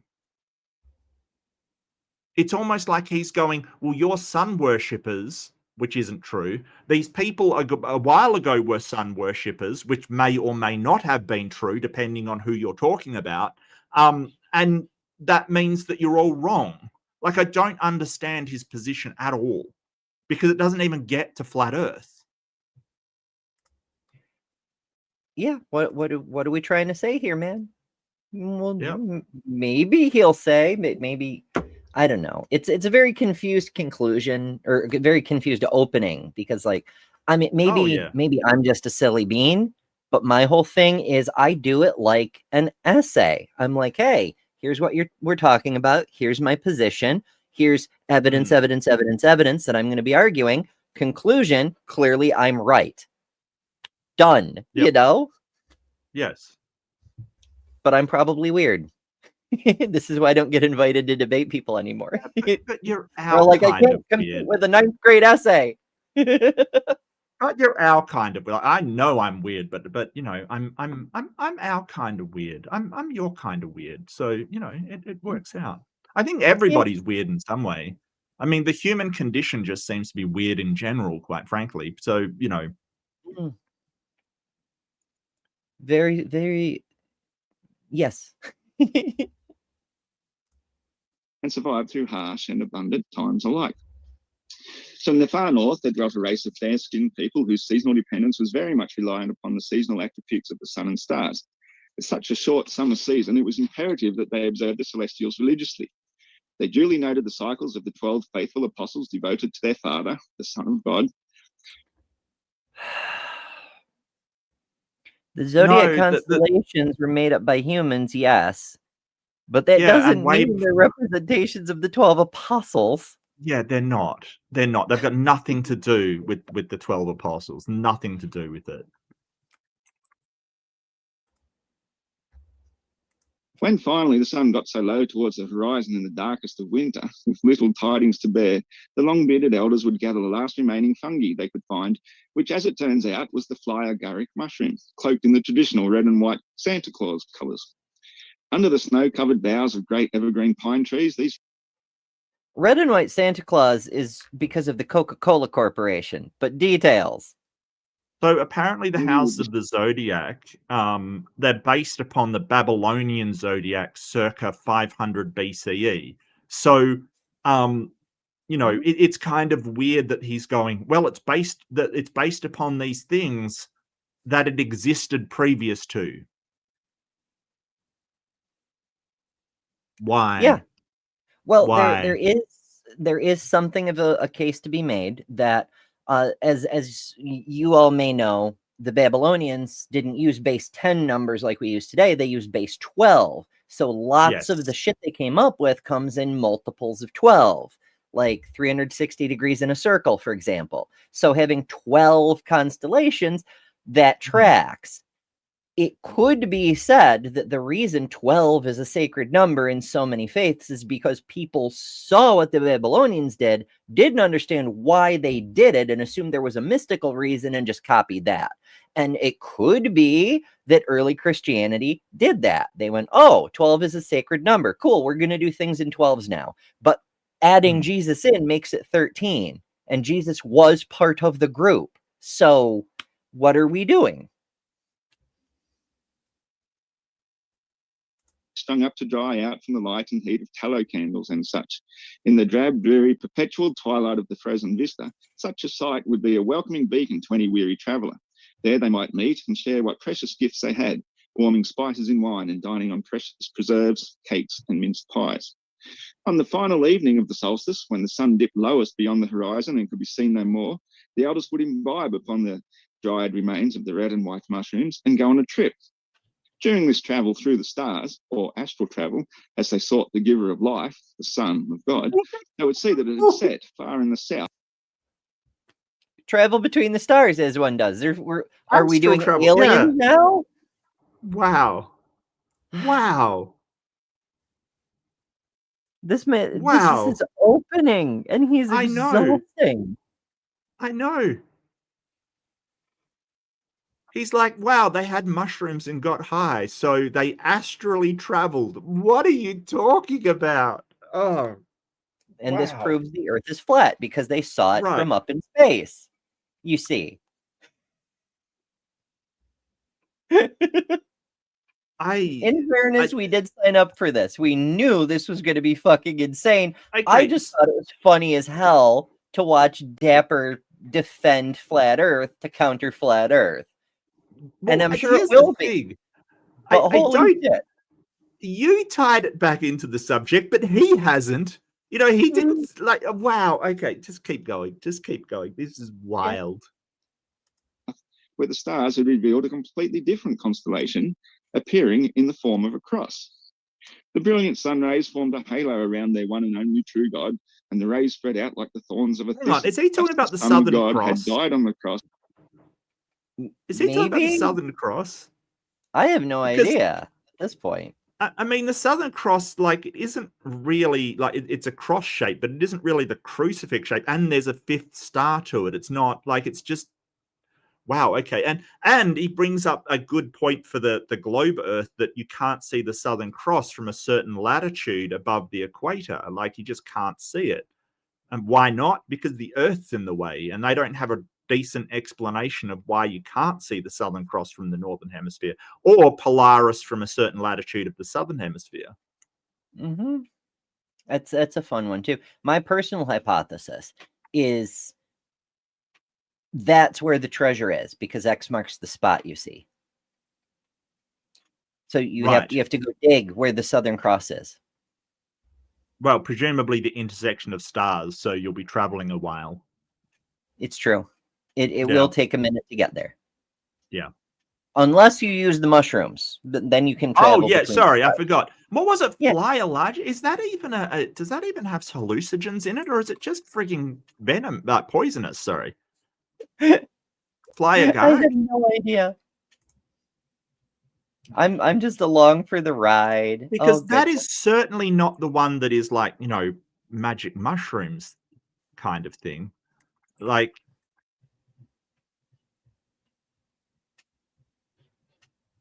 but if eaten, it can cause hallucinations and psychotic reactions. Okay, so we now can understand where he got his opening from. Because if ever I had to describe something as a psychotic reaction, this opening would definitely be it. Definitely be it. But don't do that. It's very dangerous. Indeed. I mean, as a general rule, imbibing poison is a bad idea. But yeah, c'est la vie. Wearing his crown of thorns. I'm not going to tell you how to live. I'm not your real mom. Unless you're one of my kids. One of my kids occasionally pops up in the side chat. And in that case, you need to call your mother more often. Descended into the underworld for 3 days and nights, but on the third day it rose again in accordance with the scriptures. Thus the origins of heliocentrism began, celebrating the rebirth of the eternal giver of life 3 days after the northern winter solstice. No. Heliocentrism has nothing to do. They were worshiping the sun because of the seasons, not because they thought the earth necessarily went around it. They were like, hey, if we sing hymns in the general direction of the sun and let it know that we love it and it's welcome, maybe it'll come back. Don't leave, sun, come back. Let's put out offerings like cookies and things. On the December 25th. This tradition still holds to this day, to decorate the pine tree with pretty lights and hanging baubles, to exchange gifts and drink spiced wine, and to remember the long-bearded travellers through the stars who bring the hope and joy of future good tidings and prosperity to come in the spring of the new season after the festival of Ishtar. Is he talking about Santa Claus? Is he talking about Santa? He's kind of tying it all together, but yeah, he did explicitly mention the white and red outfits. Yeah. Oh, what am I watching? This is the worst ever. It in fairness, it is more entertaining than just random preaching. Well, that's true. A new life, the time to plant new seed. So, in summary, we see the origins of virtually every ancient superstitious sun-worshipping cult from indigenous people totally reliant upon the seasons and the blessings of the weather gods for their literal survival. Just as all ancient astral travellers of the stars did, so too did navigators of the seas rely upon the fixed star atop the tree to find their way home. Thus, the belief spread that once you'd gone so far that Polaris was no longer visible beyond the equator, you'd descended into the underworld, where the cross takes over as the nighttime navigational aid. To even further perpetuate the when you lose sight of the star at the top of the tree because of the equator, which is not possible on any flat Earth model, but never mind. You're in the underworld. You're Apparently under the so. world, and you have to be guided by the cross instead. Wow. Does he think he's in the underworld? Because he is definitely below the equator. Yeah.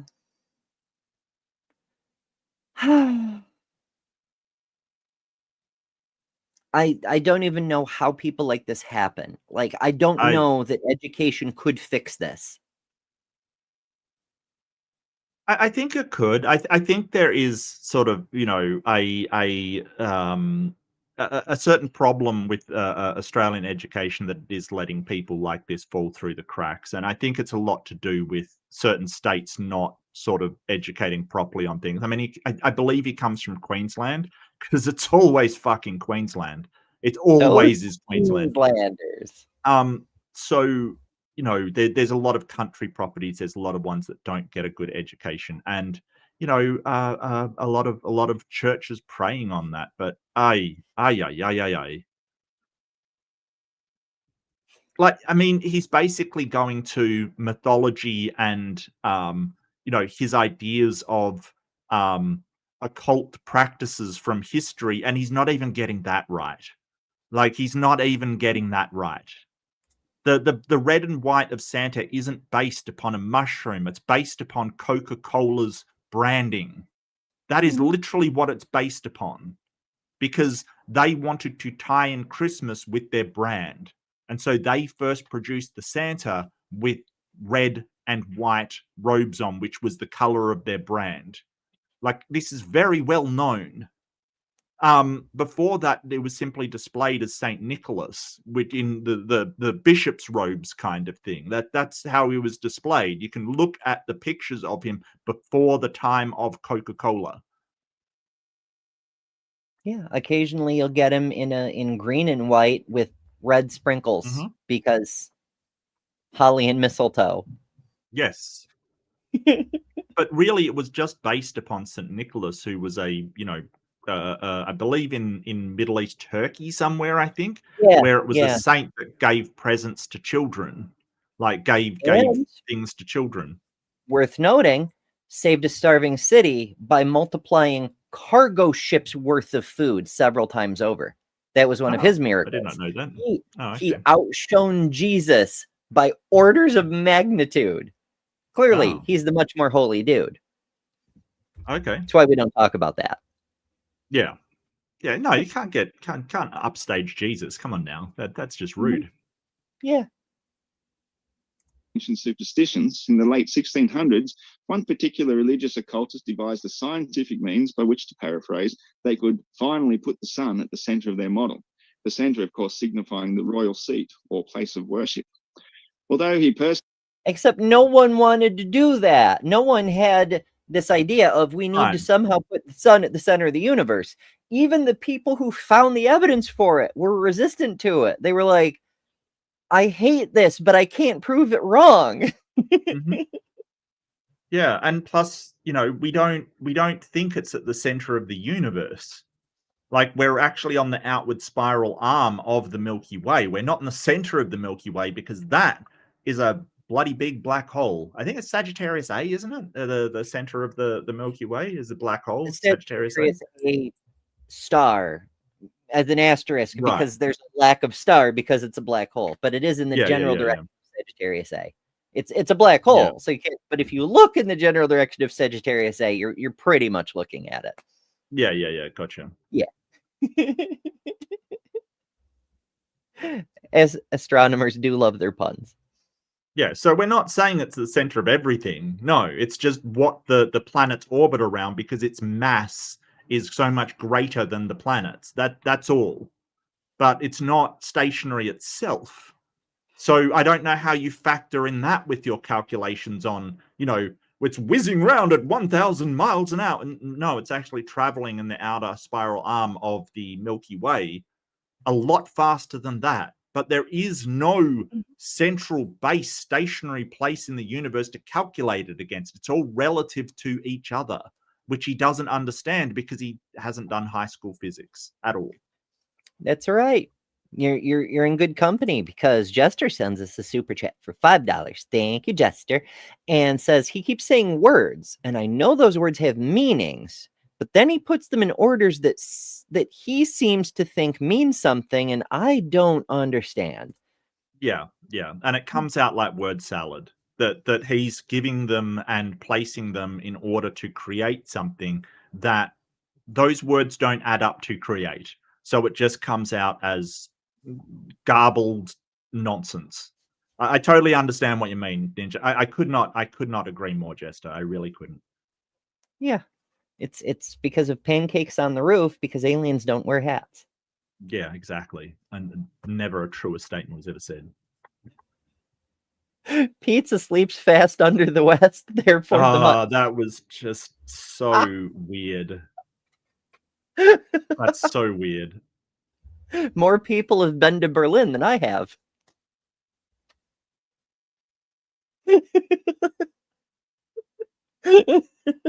He tried to recant on his model, Copernicus was placed under house arrest until his final demise, whereupon a full 2 years later, his works were published as the origins of the heliocentric model. To this day, the descendants of those raised upon this deceptive model still believe their Son of God is crucified on the cross, wearing a crown of thorns, surrounded by his faithful 12 devotees, descends into the underworld for 3 days and nights, and is born again every December 25th. If you disagree with their cult, they will mock and ridicule you. What's more, wait, is he saying Christianity is a perversion of astronomical observations? Because that's what it sounds like to me. Well, I think he thinks that people who are Christian that don't believe in flat Earth are a perversion of Christianity. I think he's taking aim at, like, the Catholics, for instance, who, just accept that the Earth is not flat, like just about every single other person out there, because, of the mountain of evidence for it. Well, I mean, clearly the Catholics have been corrupted by Jesus. Of course. That's what you get for listening to Jesus or something. because they claim to be the authority of the scientific method, they have taken their ancient superstitious beliefs from the sublime to the ridiculous. Instead of being geocentric, as we observe, the heliocentric model has to swallow lie after lie, much like the little old lady swallowed a fly. Such as? I mean, again, no evidence for his own position. The geocentric model we observe, that's the problem, dude. It was the observations that showed that's not what's happening. Do you remember Ptolemy? My guy, you seem to love random bits of history. Do you remember Ptolemy? Do you remember Hypatia of Alexandria, the legendary librarian who took Ptolemy's broken bullshit predictions of planetary motion and did the math to make the epicycles and deference that made reality match the bullshit predictions? It took the most brilliant woman in centuries, her life's work, to make that bullshit pretend to fit reality. But yes, it's heliocentrism that's obviously false. Yeah. Once they set the world spinning and whizzing around the sun like a fly around a racehorse, lie after lie after lie had to be swallowed, each one more absurd than the bird swallowed to catch the spider that wriggled and giggled and jiggled inside her. Eventually, the heliocentric superstitious cult... He's just straight up insane.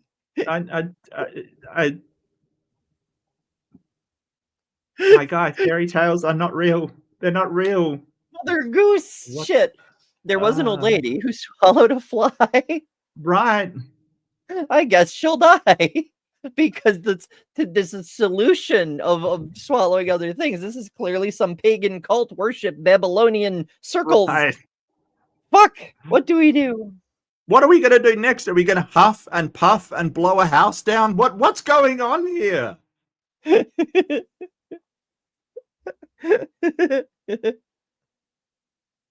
It could be Hypatia. I don't know. I never met the lady, which is a damn shame because she seemed like a badass. That's one of the things. They talk about what would you do if you ever had a time machine and could go back and meet anyone. She would be one of them because I know what happens to her. It's horrific and she doesn't deserve that. I would Mm. steal her out of time and bring her back to the present. And maybe she Yes. could teach me how to speak a proper language, or maybe because she's brilliant and already spoke like 40 languages, she could teach me one that she knows, whatever the case may be. But I'd love to hear the shit she knows. Mm. It'd be pretty cool. Yeah, I think I'm probably going to have to put her on the list of 3 people you'd like to have a meal and a discussion with. Yee. Belief accumulated in people genuinely believing that a perfectly calm day revealing mirror perfect surfaces in large standing bodies of water was in fact the result of every star of every constellation, every molecule of air, and every suspension of the laws of physics, and mortal man's belief was in fact dancing in perfect harmony at supersonic, hypersonic, beyond the limits of imagination speeds, all in order to create the illusion of being perfectly calm and still. Well, no, because It's not. supersonic and Yeah. hypersonic only makes sense when you're moving within air at roughly Yes. Earth pressures. It just, when you're in space, that's not a thing. You don't Right. have any sonic. And if you're on Venus, the speed of Mhm. sound is very, very different. And if you're on Mars, the speed of sound is very, very different still. So what does supersonic even mean on the scale of the universe? Yes, because sound is based upon air. It is the vibration traveling through the air. So no air, no sonic anything, no sound at all. And that is how it works. But he doesn't even understand the very basics of how something audible works, like why it works, why it can travel through, say, walls and things, right? Why it gets stopped by that, why things insulate sound, why you put those weird foam things with the sticky out bits on your walls and not, sound doesn't travel through it anymore, like why it absorbs sound. Like, he just doesn't understand anything. And he doesn't understand it aggressively, which is to say in the stupidest possible way, because what his argument ultimately boils down to is we have 2 explanations for how night and day happen. One is Earth goes spinny. Pretty easy. The other is, well, actually there's this flat surface and the moon and the sun has like a circuit underneath this magic dome, and it goes around and like, his model is so fucking complicated. And the alternative provided by observational evidence is Earth goes spinny round. What do you mean? We live in the stupidest possible timeline, and it's people like his fault, I dare say. Just like the little old lady, by the time you actually swallow that horse after the cow, the heliocentric model is dead, of course. I don't need to Is imagine. this about I know already that heliocentrism or flat Earth? Is it a heliocentric? It really does sound like his opening is for a debate on heliocentrism. Yeah. I could swear. Rock go wee, big rock go spinny. The question is, does the big rock have pockets?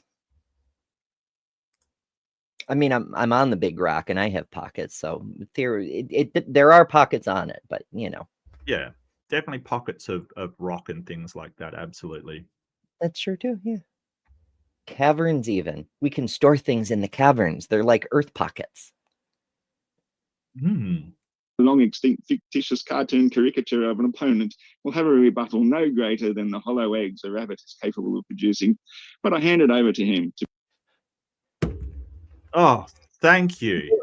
What if the fucking hollow eggs a rabbit can is he talking about Easter?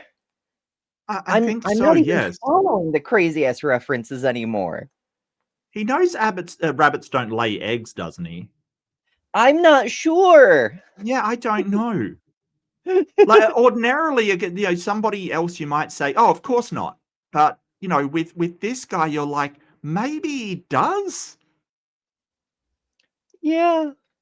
And it's kind of scary. Like, wild. Where does the madness end? But anyway, good news, everyone. Good news, everyone. It's Dapper's turn, finally. Yes. Perhaps. Present his basket case. Thank you very much, Flat Earth Aussie, for that opening statement. And if it's your first time here, ladies and gentlemen, want to let you know that Modern Day Debate is a neutral platform hosting debates on science, religion, and politics. And we hope you feel welcome no matter what walk of life you are from. Also, big news, folks, as we have reconfirmed the date as Christian scholar and apologist. Can I skip No, forward? I just looked it up. It's definitely flat versus globe. That is what the subject is, flat versus globe. That's the official title, yes. Yes.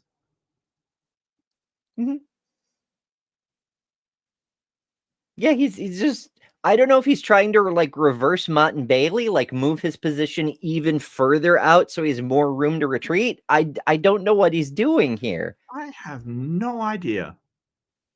But also, as James was attempting to say, but I won't let him, like and subscribe. Press buttons, do things, join memberships, Yeah. support what we're doing Yeah. here. And also Don't subscribe to do it our there. channel Yeah.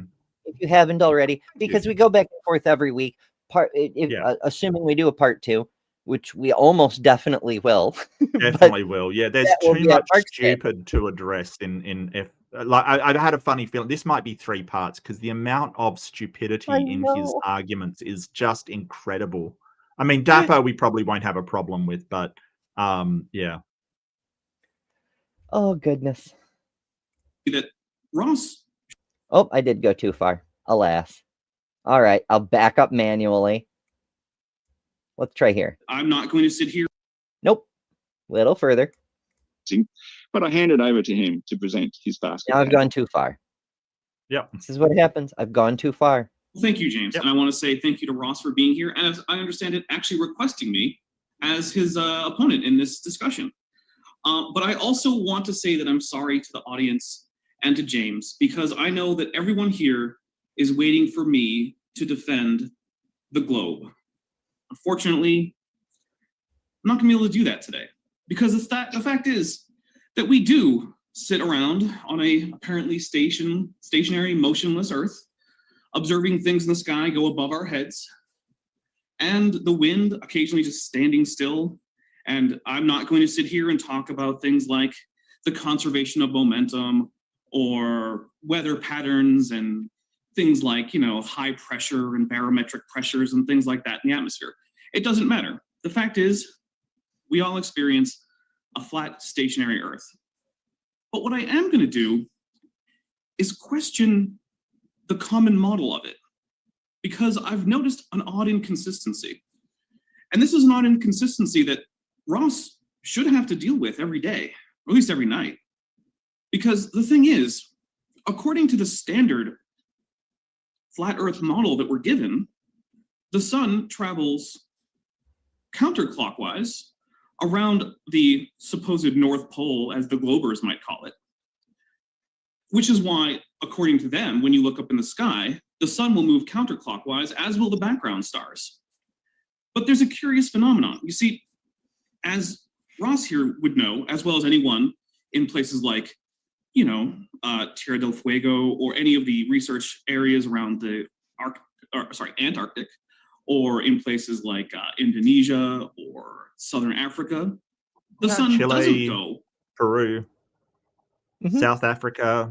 Yeah, there's a ton of research centers but below the southern hemisphere that all sort of note the same thing. So he's talking about circumpolar rotation, which is my favorite proof, which is fantastic. He's just talking about in relation to the sun rather than stars, which is usually what I focus on. Yeah, because if you assume that the South Pole is the center of the flat Earth, then all of a sudden the movement of the sun is now clockwise.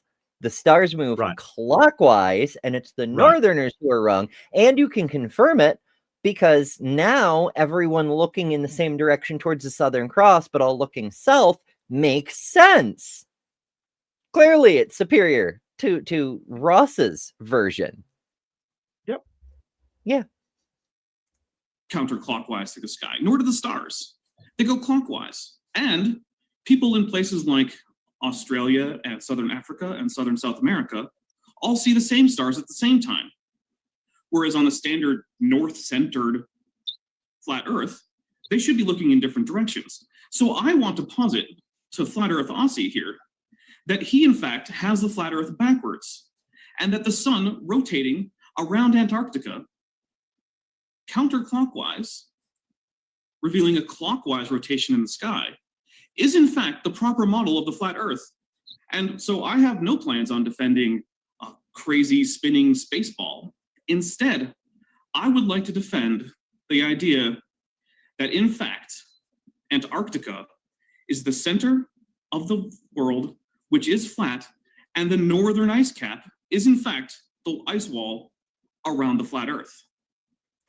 And I love this so much because not only Yep. was it completely unexpected by anyone, like James is surprised, and like, I mean, Dapper's been here in the middle of his flat Antarctica the whole time, but people are just like, oh, Dapper's probably just trolling the Flurf. Or, I mean, he is.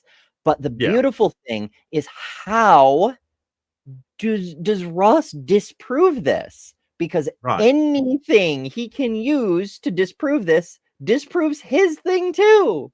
Correct. And it's magical. And this is what I want to show. So this is how the flat earthers usually do it. So this is an equidistant map kind of thing. It's showing like from each point, but you get the idea. Instead of it being centered around the North Pole is how flat earthers usually show it.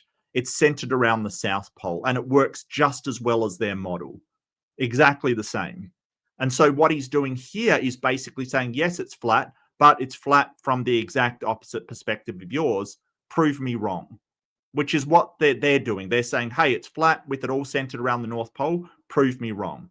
So you're absolutely right. Anything he's got to present will disprove his own model as well, because either is equally valid, i.e. not at all. Like, but yeah, that's the best picture I could find to sort of go, okay, if we spread it out around the South Pole, because it's not usually how they display it. Yeah. So I'm thoroughly enjoying this concept, and we'll see how the execution goes. But magnifique. See, this is why when people when Dapper is like, I only have a bachelor's degree, we're like, we don't believe you. Like, maybe that's what the paper you have says, but in fairness, if you're 66 million years old or whatever the case may be, you've probably picked up a few things. A couple of things. Yeah. He's been around a while. Yeah. He's made many pagan observations. This makes sense of all of the observations that occur. He's astrally traveled once or twice. Yeah. Yes, when he accidentally yeah. When you eat a caveman who ate the red and white mushrooms. Exactly.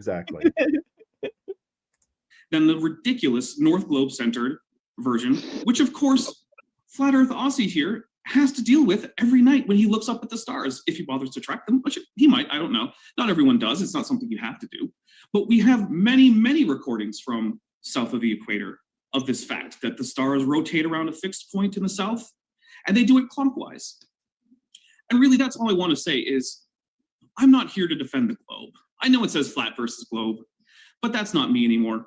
I've had a change of heart. I've realized how ridiculous all these spinning motions are.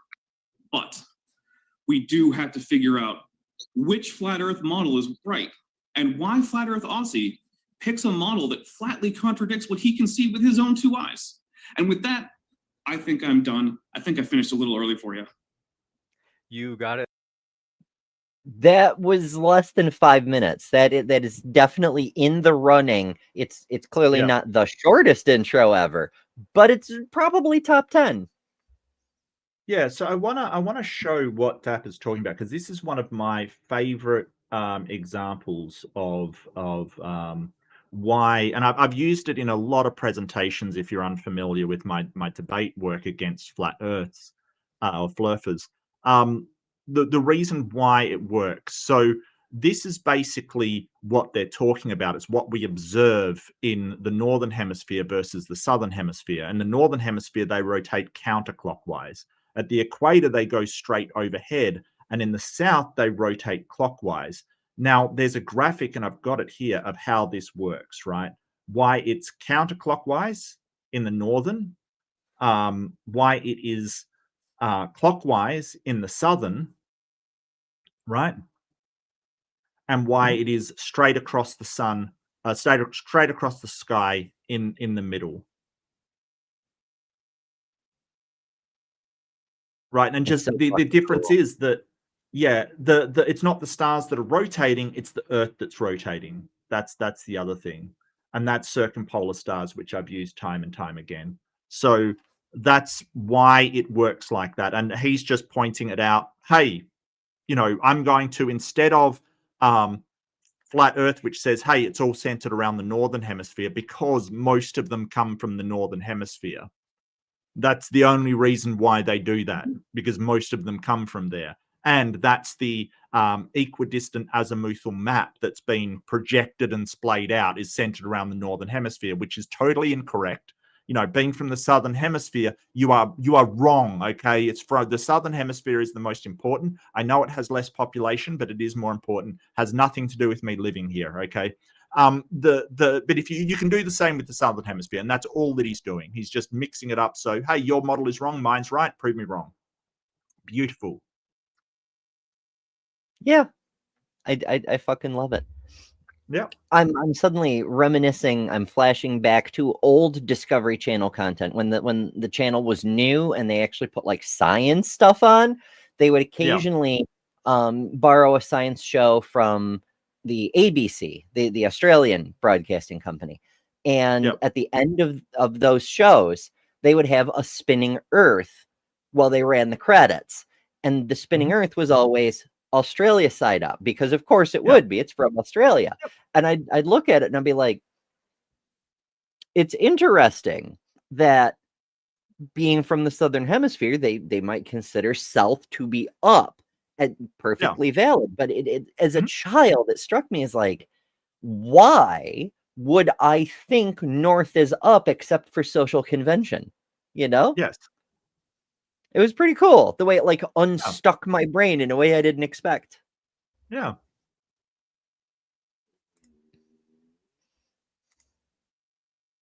Thank you very much for that opening statement as No, well. we are Dapper, all Dino. Victoria. I want to remind you folks, It's true. Everyone is Victoria. Yes. Except the operator of this account. guests are linked in the description. We really do appreciate them. And so you can check out their links right now. And with that, we are going to jump into open conversation. And want to mention as well, forgot to mention this, our guests are also linked in the Modern Day Debate podcast episode for this debate, as all of our debates get uploaded to the Modern Day Debate podcast, where you can also find our guest links in the description box for that episode. And with that, thanks so much, gentlemen. The floor is all yours. Well, I just went. So, Ross, what do you think? Well, Dapper, I'm extremely disappointed, mate. I thought you were going to present some sort of argument to defend the heliocentric belief, since it's indefensible, like you said. Why bother? Well, okay, so you admit it. Okay, well then the flat Earth has already won. Now, right, so now you're debating the model of the flat Earth, and once again you've just sort of made some ridiculous claim, which is obviously false, because what we see, I don't know how you determine, if you let me speak, how you determine what is clockwise and what is counterclockwise, since are you looking at it from beneath or from above? You know, either way, it's going to be reversed. But what we always see, whether you're in the inner... Well, the whole point of flat Earth is you're observing with your own eyes, right? Yeah. So you have to look up at the stars, yes. So the reversal of clockwise versus counterclockwise, for instance, they're not relative terms, right? They're rotational around a certain point. So they're not relative terms, but the only way you can reverse it, and you can test this yourself with say a fan. Some people say, hey, like look at a fan on the roof. Where do you have to move in the room? The only time that rotational direction changes is when you go across the plane of rotation, which runs through the center of whatever it is that's rotating, right? So if you've got a fan, its plane of rotation is obviously the blades of the fan, and that extends outwards. The only time it rotates from clockwise to anti-clockwise, going the other way, is if you pass that plane of rotation and look back on it. And you can test that with, say, a fan. Like, for instance, if you have a desk fan and it's rotating, clockwise, it will always be clockwise until you pass that plane of rotation. So that tells us that you're saying, hey, somehow the stars are rotating. You go to the other side of the stars, because it doesn't matter whether you go to the other side of the Earth, because there, A, is no other side of the Earth, and B, you're still on the same plane of rotation for the stars. So unless you're saying you've gone beyond the rotation of the stars somehow, it cannot reverse direction. It can't. I heard an interesting variant on this, where someone claimed that since the Earth must be flat and you have to cross the plane of rotation in order to see the stars go in the other direction, then clearly the Earth is a hollow Earth, and you're walking around the inside of a curve, even though it's flat. You're walking around the inside of a curve to get to the other side. And when you look down and across, what you think is the stars are the city lights of the cities on the other part of the Earth, sort of. Yeah. Oh, whoa. Okay, that's weird. I thought it was funny, but I had to ask. Cool. What is the sun then? Well, that's the center of the Earth. Cool. Where does the sun go at night?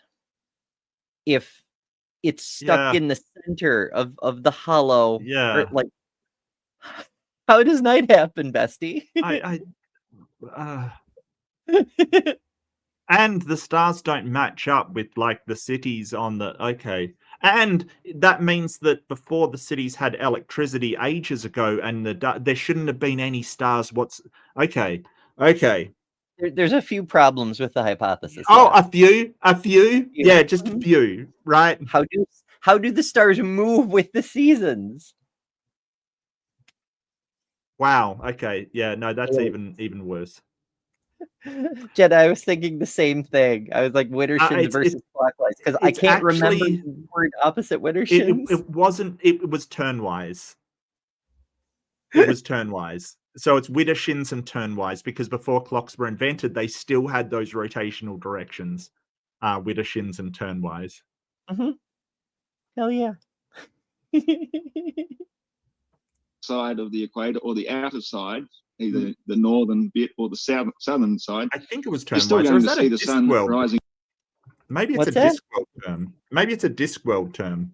Oh no, that's spinward and anti-spinward. Oh, okay, gotcha. Yeah, because Sir Terry thought everything was hilarious, and he was right. Oh, it was sunwise. Sunwise is the opposite. Oh. Yeah. Okay. So Widdershins was counterclockwise against the apparent course of the sun, and sunwise is sort of with the apparent course of the sun. I dig it. I like that. And then there's also inboard and outboard, which is moving in towards the center and out towards the edge. Mm-hmm. You know, we have to have very descriptive vectors so we can coordinate where everything is. Yeah. In the east and setting in the west, which means it's still going the same direction. Now I see the stars also tracking across the sky from east towards the west, which makes perfect sense because the whole... Ah, yes, rimwards and hubwards. Yeah. Yes. Yeah, that's definitely Rimworld. Discworld. Yeah. Yeah. stars system works pretty much the same way as the sun, only we see them at night. And they take actually 4 minutes less time than the sun to go around us once, which is what we call a sidereal day, which is why everybody in the south still sees the same stars at their particular night, just as we see the same sun during our day. So just to claim that they're going opposite directions is completely false, and shows that you've done very little research even to debunk the model which you don't even believe in. It isn't false. All right, like they definitely are going counterclockwise in the northern hemisphere and clockwise in the southern hemisphere. That's been observed by millions of people. Like you can go outside and observe it yourself, Flat Earth Aussie. It's amazing how like he won't do that. He won't actually go and look himself. We've got footage of time-lapse camera from literally everybody. Like it's so bonkers. It's a trip. But yeah, he's just rejecting the oh, you don't really believe. Yep. That doesn't why- show my model's wrong, buddy.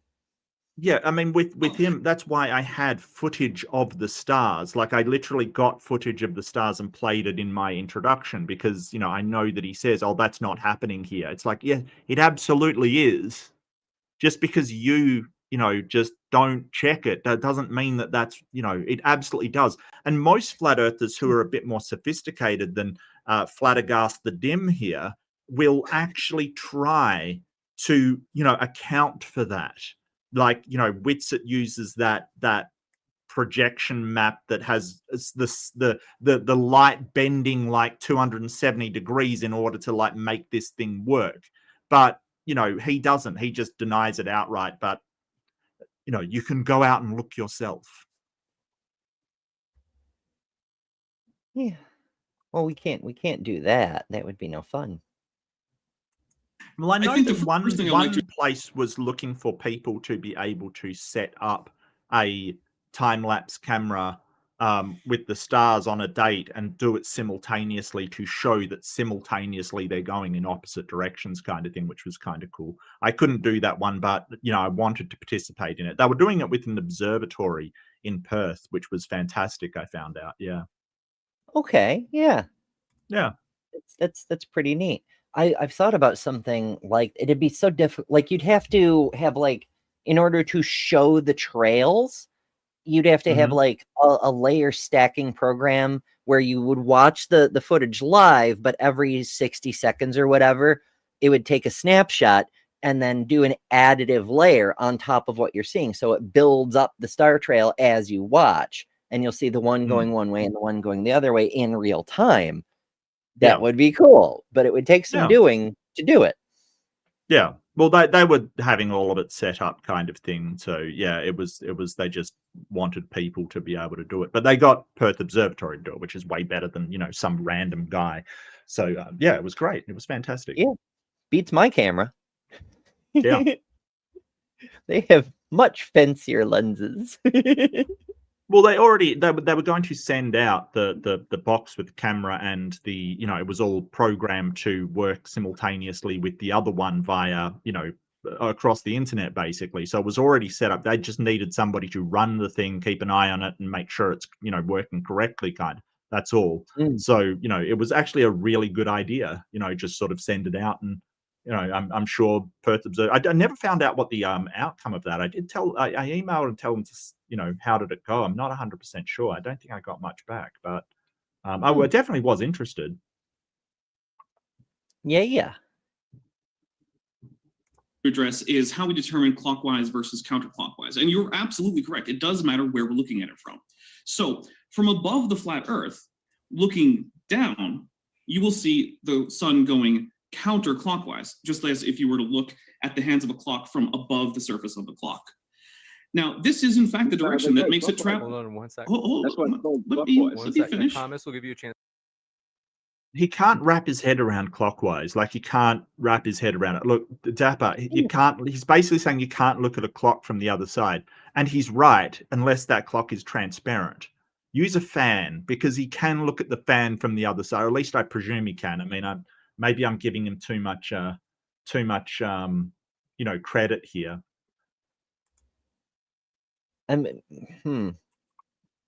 You could make a see-through clock. I know people have done it, but I digress. Yeah. Let's respond, Fighter Dossie. Right. So perhaps I might have just misspoken. So it is going to go counter the direction the clock would, but we're imagining looking at it like we're looking at the surface of a clock from above the clock, except now it's going the other direction because that's the direction the sun goes. Because that's the way that you can get east to west, as you can clearly see in my webcam, which is in fact a model of the true flat Earth with the sun going from east to west. And then if you're on the surface looking up, you're now looking at it from the opposite direction, which means that it will go clockwise the same way as the sun, which also explains things like why it is that in the southern hemisphere, sundials go counterclockwise because you have to flip that direction again. Also, it explains why it is that during the summer, the days keep getting longer and longer because the sun is closer to the center, which is where the south is. Whereas in the winter, where the days are shorter in the south, they're also going to have to be shorter in the north because the sun is farther away from most parts of the north when it's at a large radius. So this explains the extreme length of days that you can get in the far southern latitudes.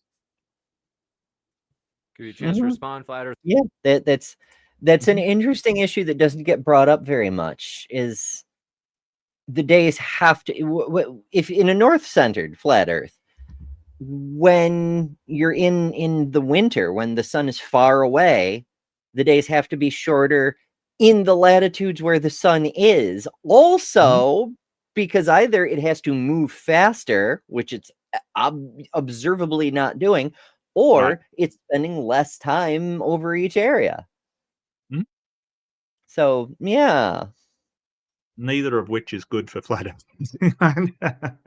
Yeah. Aussie, couple minutes. Yeah, no worries. Well, that's blatantly false because the very term clockwise is determined by the fact that the hour hand goes the way it's always gone since antiquity. And that matches the expectations of if we were looking down from above towards the flat Earth, is the sun is actually the hour hand on the face of what would be a 24-hour clock. So wherever it's directly above is the local midday. And the sun is the hour hand? Why would the sun be the hour hand? I'm not even sure how the fuck that works. Yeah. Like, the shadow cast by the sun could be the hour hand, but that's literally antipolar from the sun. Correct. Do words mean things? Do words mean anything? every sundial reflects that by casting its shadow. So when the shadow is straight, that's 12 midday locally. And eventually that got divided into 24-hour different time zones, which basically average out to suit political reasons more than anything else. You know, geographically, a whole section or state would be given one time zone, and then another section, another time. Yes, we know why time zones are fucked up. That has nothing to do with the shape of the planet. Yeah, that's more to do with us trying to fit time zones to countries and geographical regions than actual, like, splitting it. Have you ever looked at time zones? Like, for instance, you know, China has this like massive thing carved out for its time zones because it wants very few. Like, it's just, I don't get how this is relevant. Yeah, it's almost like he's just burning clock, or it's a demonstration of his inability to think all the way through one thought. Yeah. Which more or less makes it so that the sun is pretty much overhead at midday every day of the year. So how you can claim that it's going counterclockwise in any sense of form makes no sense whatsoever. Well, First time I've ever had anybody try and argue that. So, it's very simple. If you look at a clock face on, it'll go clockwise. But let's say you had a transparent clock and only the hands were visible, or only the hands were opaque, right? So if you turn the clock around, you can see the hands, but now they look like they're going the other direction. That's how you can say that the sun is going counterclockwise from a particular perspective. And that's the perspective. I don't think Flat Earth Aussie has the ability to think that abstractly. I think you've really got to like say, hey, look at a fan. Like, I don't think he can conceptualize a transparent clock in his head. I don't think that's possible for him, honestly. Yeah, his clockwork may need some oil. Or maybe there's too much oil. Maybe he's had too many of the astral mushrooms. Maybe. Who's to say? I wouldn't. Yeah, who's to say? Down. And that's why the sun, if you look in the sky, the sun and the stars from Australia will turn clockwise, which is the exact opposite of what the ridiculous north-centered flat Earth view says, which says that if you look up at the sky, the sun should go counterclockwise, which is what you see in those fake northern hemispheres. Well, hemisphere, right? The outer ring star trails. Those are obviously fake because they show the stars going the wrong direction, the opposite direction from what you see, in fact, in the global south, in places like Australia, where when you look up at the sky. He's trying so hard, but he keeps using the global south. It's so, but also, I love that the northern star trails are clearly, they're NASA fakes, they're CGI, they're whatever. Yeah. Sky, they go clockwise. View, don't they? you keep swapping your point of view. If you say that from in the south we look downwards from above, but then you say from the north we're looking upwards at it. So of course it will appear to go opposite directions. But if you look at it all from the same point of view from above, that's all going clockwise. Everything rotates that direction around center Polaris, which aligns perfectly with no. pole. Polaris is definitely not the center. On the actual. In fact, Polaris Yes. probably isn't even real. Because if you go to Australia, where Flat Earth Aussie is, which is amazing that he doesn't know this, you can't even see Polaris. That's because it's beyond the center and towards the edge of the flat Earth. So it's too far away for the light to reach you in the center, which is Antarctica. Mm-hmm. Flat Earth model, not this ridiculous one that you're trying to invent to try and confuse or muddle the subject because you're too lazy to even defend your own actual belief. Oh, how dare you It's muddle interesting. Flat Earth? Yeah, how dare you muddle up Flat Earth so it's all, weird and strange. What the hell are you talking Steel about? man my model, Dapper. Yeah, I mean, Flat Earth is already muddled up. Like, some people believe in the dome, some people believe in the ice wall, some people don't. It's already a complete crap show to begin with. He's not muddling it. He's probably actually bringing some clarity to it, to be honest with you. Wow. Mm-hmm. Yeah, because again, Flat Earth, the entire supposition is you can go confirm it with your eyes. You don't need any science devices to measure for you. You can just see it. And Dapper's describing what Iron Ronnie here can go see with his own eyes. And also, I think he's got his religious presuppositions backwards. Why should it be in the underworld you have to be guided by the cross? Doesn't the presence of the Southern Cross indicate that the South is the holy hemisphere? And the people in the North, where they have only Polaris, they're beyond the presence of the cross. That would definitionally make the Northern hemisphere the underworld. That would be hell. Yeah, absolutely. I totally agree. Wasn't Polaris a god, like a false god of some sort? I'm not sure. I thought it was named Polaris because it's on the pole. Oh. But what did they call it before? I have no idea. What is Polaris named after? Let's see if that gets us anywhere. The name originates from the Latin phrase Stella Polaris, meaning pole star. The name was given because of its position almost directly above the Earth's North Pole. Cool. What did we call it before then? Ursa Minor, I think. Alpha Ursa Minoris. Well, I mean, it's part which of is fair. Yeah.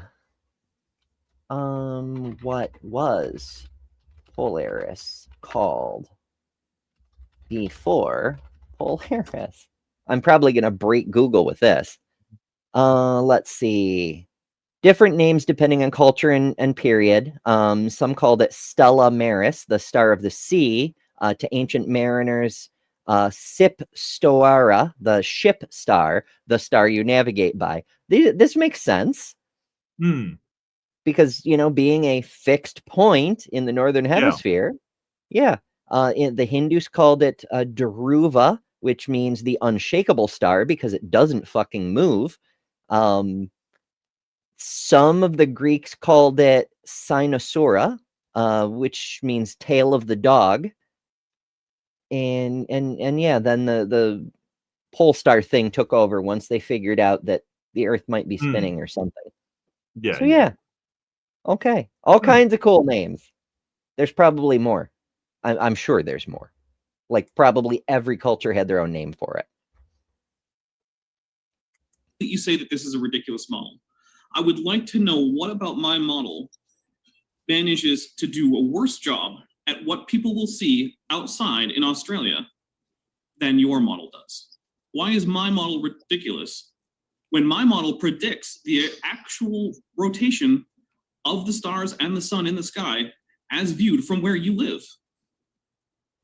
Well, because reality has always been based around, we've drawn all our maps around the northern center point, the place where all magnetic compasses. He said the thing. reality is based around all the maps Right. we've drawn. Right. Wow. He's debunking himself in real time. He's Right. basically going, because we drew the maps like that, that's what reality is like based upon those maps. He's literally confusing the map for the place. He is a Right, walking right. reification fallacy. Amazing. Yep. Ah! I can't believe that actually happened. Oh, an unexpected Easter egg. Aren't y'all glad you're here for this? This point towards, and so we've moved in ever increasing circles outside of the northern center, and you're just trying to reverse that by looking at the stars in the sky for whatever reason, rather than looking at the reality of the world which we live upon, which is the subject of this debate. We know for a fact that the further outwards we go, the larger it gets. The equator is only some 25,000 odd miles in circumference, whereas certain explorers over the years have charted over 60,000 miles following the ice wall of Antarctica, looking for a breach through the ice wall barrier. So no, they haven't. No, you can circumvent, like, I can show you cruises that go round the Antarctica in a couple of days. Like, it's not, he's really wrong. This was an argument used by Nathan Thompson against me. Like, oh, Captain Cook's voyage took, X amount of years. And then I showed him the voyage. It actually went all the way up into the Northern Hemisphere and around here. We have their diaries, right, of where they went around Antarctica. And it literally is not that long. Like, it is like a few weeks, if that. They're wrong. They just want to say, oh, but their entire, like, journeys took years. And it's like, yeah, but they didn't spend that time just going around the Antarctic. Captain Cook went all the way around Australia and off into the Pacific as well. Like, like, what did you expect? I don't understand. It's why, I mean, technically you could keep sailing around and around and around Antarctica looking for a break in Antarctica, I guess. And yeah, you'll wrap up, hundreds of thousands of miles because it's an island. You just keep going around, but yeah, I really or from Ronnie's perspective, hold still and let the earth spin around you, but whatever. We know for a fact that the Earth just gets bigger and bigger and bigger the further outwards we go, which is exactly what we'd expect. You better describe this like a dartboard model, and you cannot reverse that just by looking at the globe and reprojecting it around Antarctica as though Antarctica is a tiny point. It's not. The further outwards you go on anything, like spokes on a wheel, gets further and further away from the center, doesn't create its own center that you're trying to claim that the. But if it's based on the maps we draw, then yeah, it's where we draw the map, right? Mm-hmm. Okay, so this is Captain Cook's first voyage. This is one that, he went around Antarctica and it took years. Yeah, but he didn't just, look at where he went. He didn't just go round the bottom of Antarctica. He went all the way up to England, to England and back. And he did multiple loops around New Zealand because, New Zealand, that's what you got to do. So he didn't just go round Antarctica. This is the thing. I mean, technically he did go around it. Technically, yeah, but he more circumnavigated the world as well as transferring, so he spent a lot of time along the equator kind of thing. So no, it wasn't just around the southern ice mass. No, the southern ice wall, as he put it. Yeah, he really, he doesn't even get especially close to it. His closest approach is over here by the Drake Passage, and yeah, well, you can't South America. Well, you can't really in a tall ship, right? There's only a certain amount of distance you can go before you have to start worrying about very large icebergs and, the people freezing to death and things like that. We're not talking about some, modern sea liner here. We're talking about a guy in a wooden ship, with a crew and stuff. You can't really just go to Antarctica like that. It's not how it works. So, this whole idea that, hey, people went round, like in tall ships, went round the Antarctica and it took forever. Well, yeah, because they didn't actually go that close to Antarctica. It's really freaking dangerous. Yeah, and food might be important too. Yeah. Because yes, the Pacific is vast, but you see the wibbly wobbly course he's taking here. There's islands all through there. There's little bitty dots of land where you can meet the locals and trade for snacks. Yes.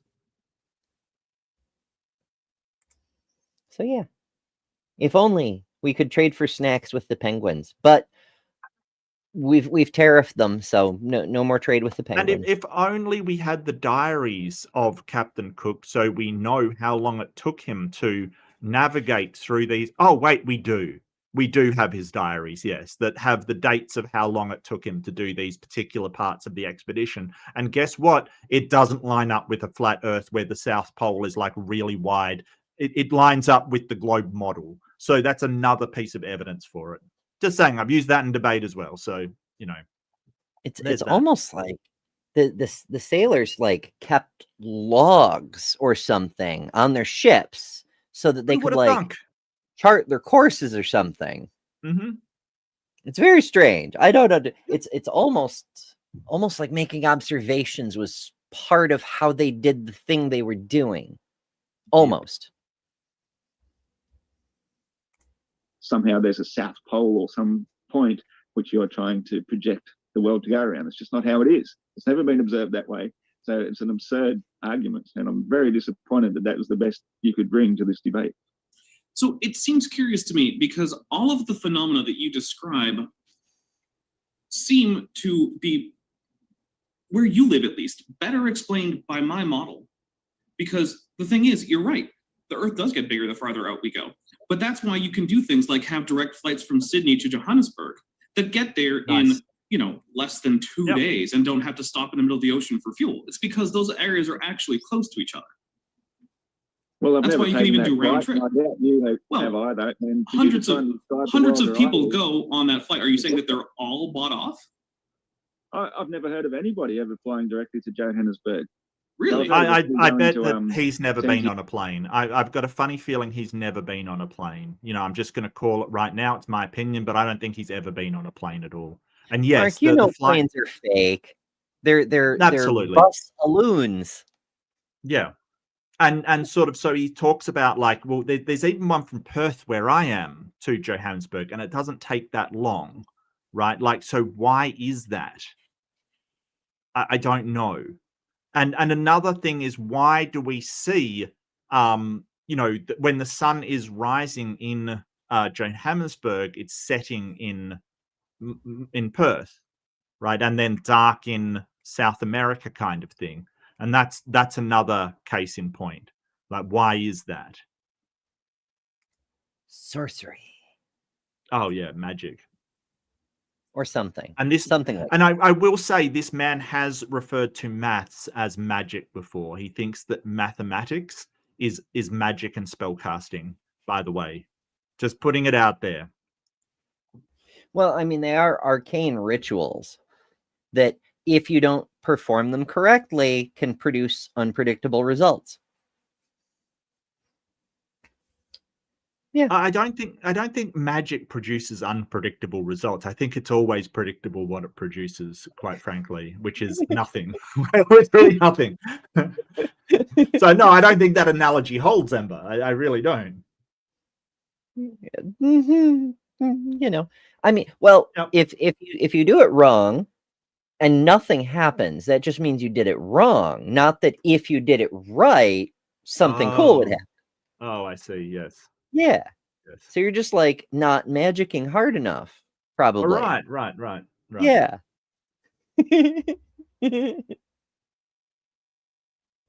Miranda says, I was just on a plane today. I'm pretty sure the navigation system was based on a globe Earth, and it got me where I was trying to go.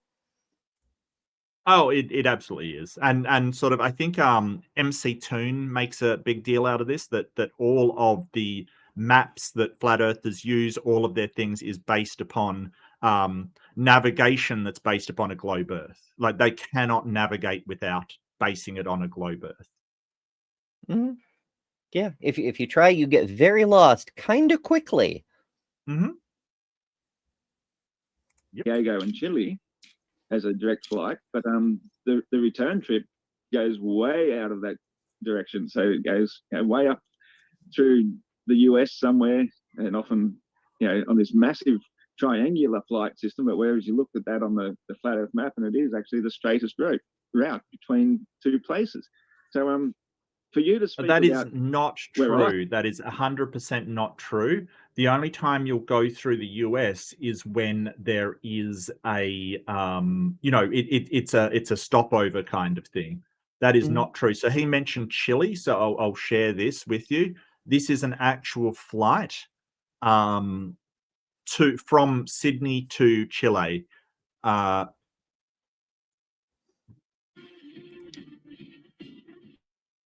Okay, that's the actual flight. Now, the question is, why does it dip towards the ice wall, right? Why does it dip towards the ice wall? This is a straight line. Okay, this is 100% a straight line. I know it doesn't look like it, but it's a straight line. It's because the curvature of the Earth has been flattened out. So if you look at it on a globe, it's just a straight line across the globe. But because it's been flattened out to be flat, it does this dip, where in actual fact, going south of New Zealand is the direct line to it, right? Like that's the direct line to Chile, because it can pass over near Antarctica and, basically do a straight direction. But yeah, this is an actual flight. So, and we calculate the length of this flight. It does not line up with flat Earth. I'm sorry, it doesn't, Oops. Yep. Lil of all trades sends us a super chat for $2. Thank you, Lil. And says, magic harder, Mark. Oh, my Latin isn't good enough. Wingardium Leviosa. Why are all the magics? I've heard hypotheses that the older the language, the better the effects, because the universe is more intimidated or something. But then why does everybody stop at Latin? Why don't they speak like Aramaic or Proto-European? I don't know. Yeah, it's very strange. Yeah. I believe, as though you're speaking from first-hand experience, is really rather extremely disappointing again, because you're speaking from conjecture, something you heard, something you're imagining. It doesn't. No, these are reports from people who live in Australia. The same direction as the sun, as the moon, all go from the east to the west. Yeah, exactly. What they do on the northern side of the equator as well. So, right.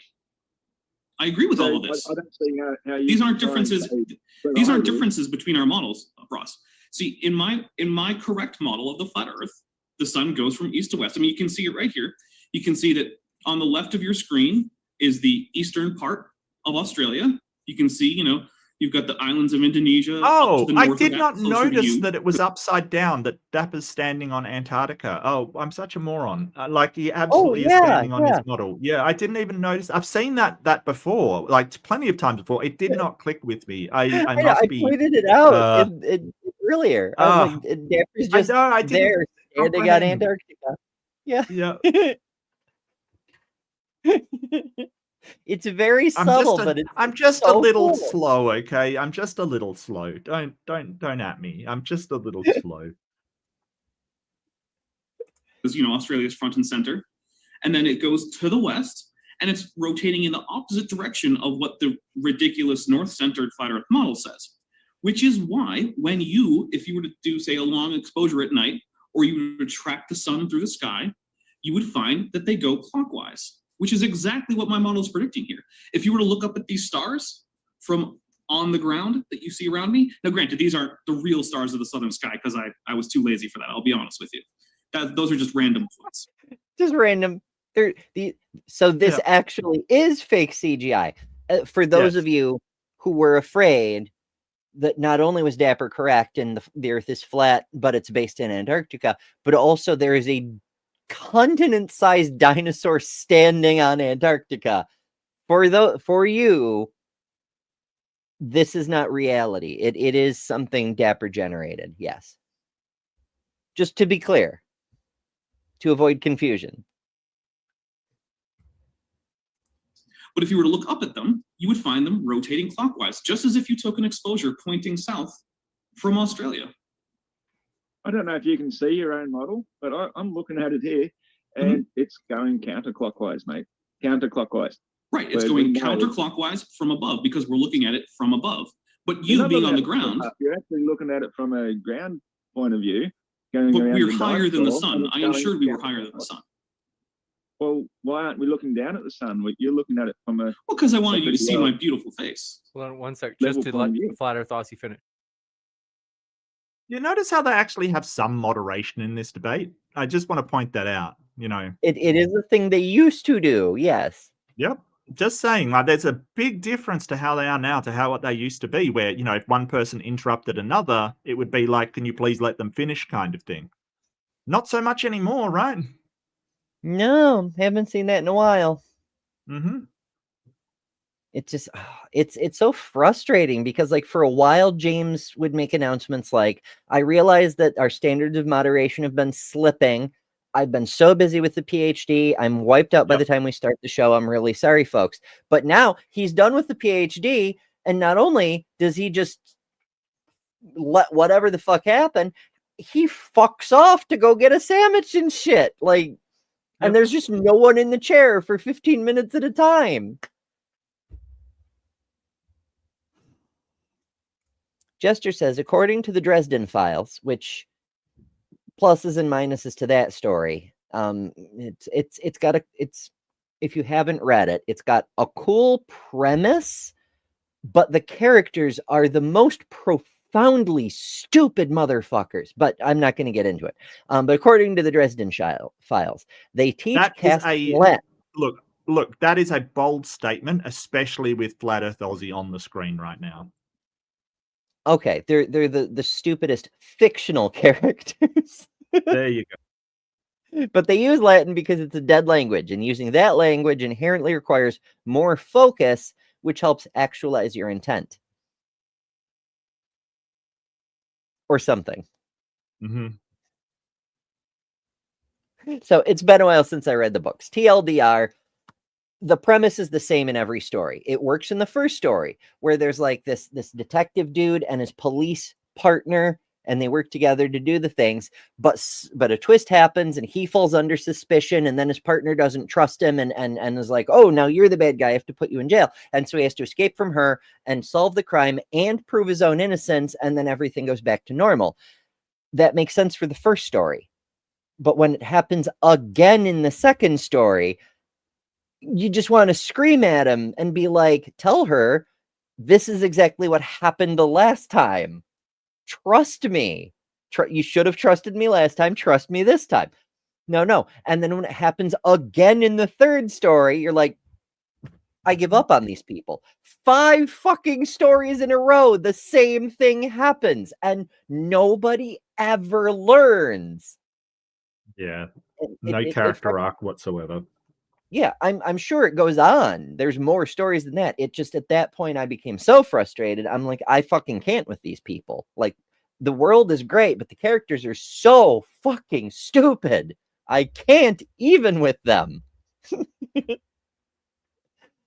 So that's my digression about, again, I love the story premise. I just can't with the characters. Tangents for days. Oh, sorry. Yeah, if we were looking down at it, then we wouldn't be seeing any stars at all. You'd just be looking at Earth only and seeing the sun going around in a circle that way. But you've got it sort of going around this way. So we're not looking at it from above whatsoever. We're looking at it from a side-on point of view, and it is going anti-clockwise or counterclockwise, as you guys like to call it. No, you're looking at it from true, slightly yeah, elevated. Model. You're looking at what's it that? slightly elevated. You're looking at it slightly elevated. It's true. Dapper is quite tall. I mean, he's continent size. So yeah.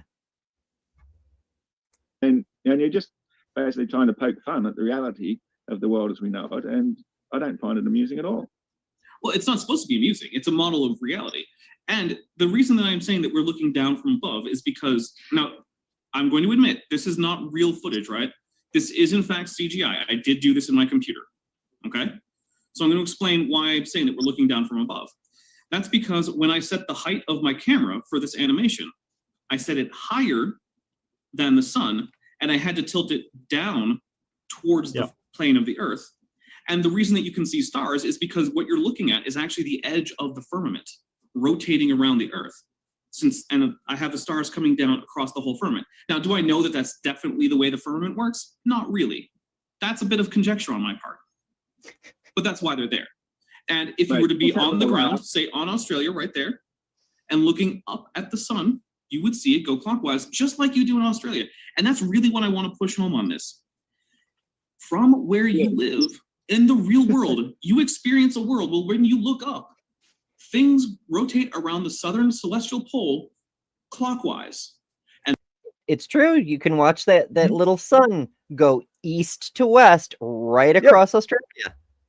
Yep. So clearly this is a model of reality. It matches observation. And that's what my flat earth model has, but you call it ridiculous, even though my model does a better job of explaining your lived experience than the north-centered flat earth model does. Why is that?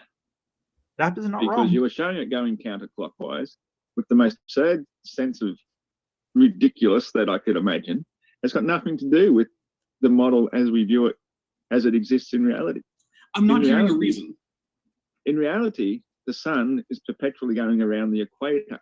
But because we have this thing called a firmament between us and the celestials above, it's equivalent, for example, of, say, like a frozen sheet of ice above us. Now imagine it, we'll scale it down a little bit to bring it into perspective, but maybe so a globe believer can understand it. Let's say it's within a frozen lake, and you've got a fish somewhere in this lake underneath the frozen surface, and he looks up through the ice and he sees a hotspot apparition of the sun in his particular location. And for all intents and purposes to him, that is the sun. It's the giver of light, which spreads out through the water. It's the only source of heat. And for him, that is the sun. Now, they've got a fish on the other side of the lake, 500 meters away, and he's looking up through the ice, and he sees his own personal hotspot apparition of the sun through a completely different part of the ice. But for him, there it for is. all intents and purposes, your own personal apparition of the sun. I want my What does own this personal sun. Nobody knows what the hell he is talking about. Like, nobody, even other flat earthers are like, we don't know what he's talking about. Is it like the Holy Ghost? Like it follows you? But why would it have to correspond with the time of day? I don't understand. And I don't know how this apparition matches up to everybody else's, oh, it's over there. Yes, it's over there for me too. It all confirms that, like, it's actually a real thing and not just an apparition or personal sun that exists for you in particular and not for anybody else. It's weird to sort of say that. But yeah, how do robots get pictures of it if it's an apparition? Who knows? Who knows? It's very curious. Oh, wow. That is how do solar panels work? How do what? Solar panels work. Like solar electricity being generated. But how does those this apparition... are just fucking magic. Yeah.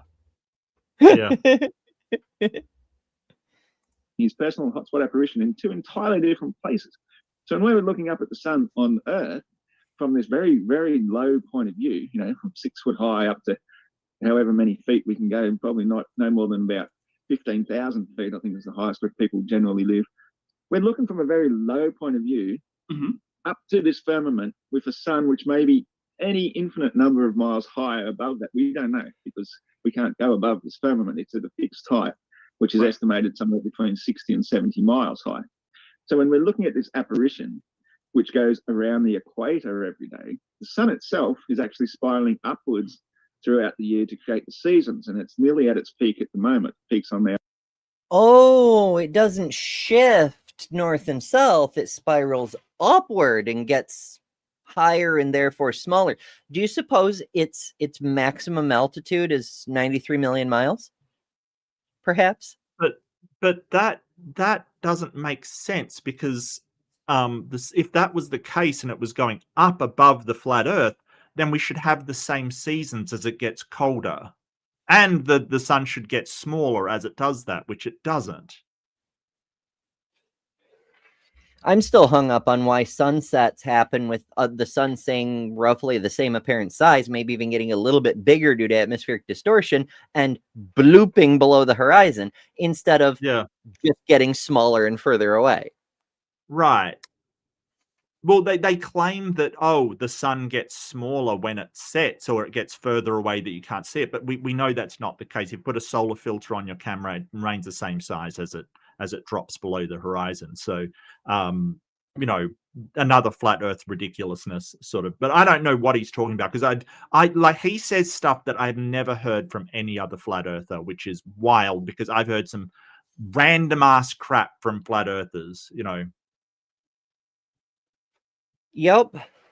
There was another conversation that we've used in a debate. I think it was Flatzoid and Jim, where I brought up my own pictures of the moon setting, and it right across a horizon. Like, it's not getting further away, it's going behind something. What is the something?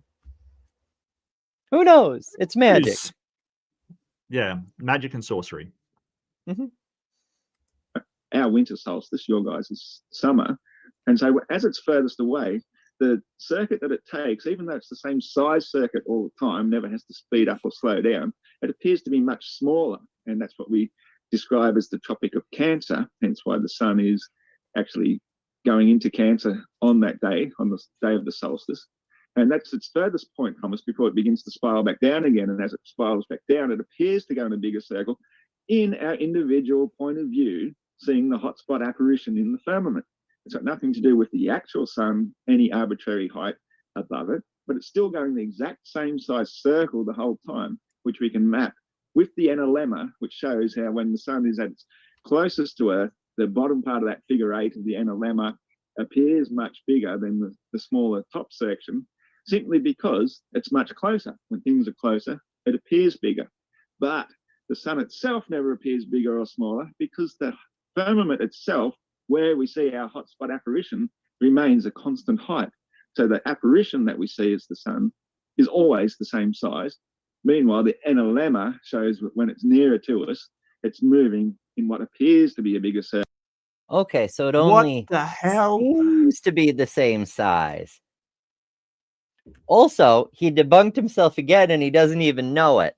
So while it's true that the Tropics of Cancer and Capricorn were named such because that's where the sun was when it hit those lines, you could see the seasons in the sky. You could say, oh, the sun is about to cross into Capricorn, and so the new season is starting, that sort of thing. But that's when we named them over 2,000 years ago.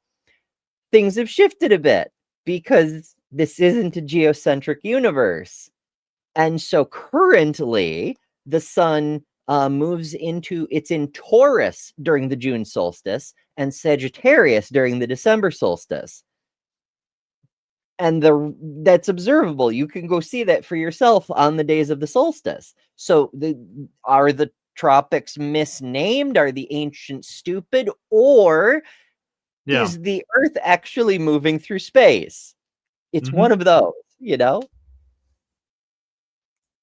Amazing. All the way out to the Tropic of Capricorn. Hence why in the outer side, or the southern side of the equator, we have longer, hotter summers, which endure much longer. And even you can see this in the native skin colors of people throughout the thousands of years where we naturally originate from. The pale skin people come from the far north because the sun is furthest from us. The pale skin. Do I have a chance to respond? Creating vitamin D. I know it's kind of a gish gallop. Yeah, it is. Creating vitamin D. The fuck are we talking? You just can't stop.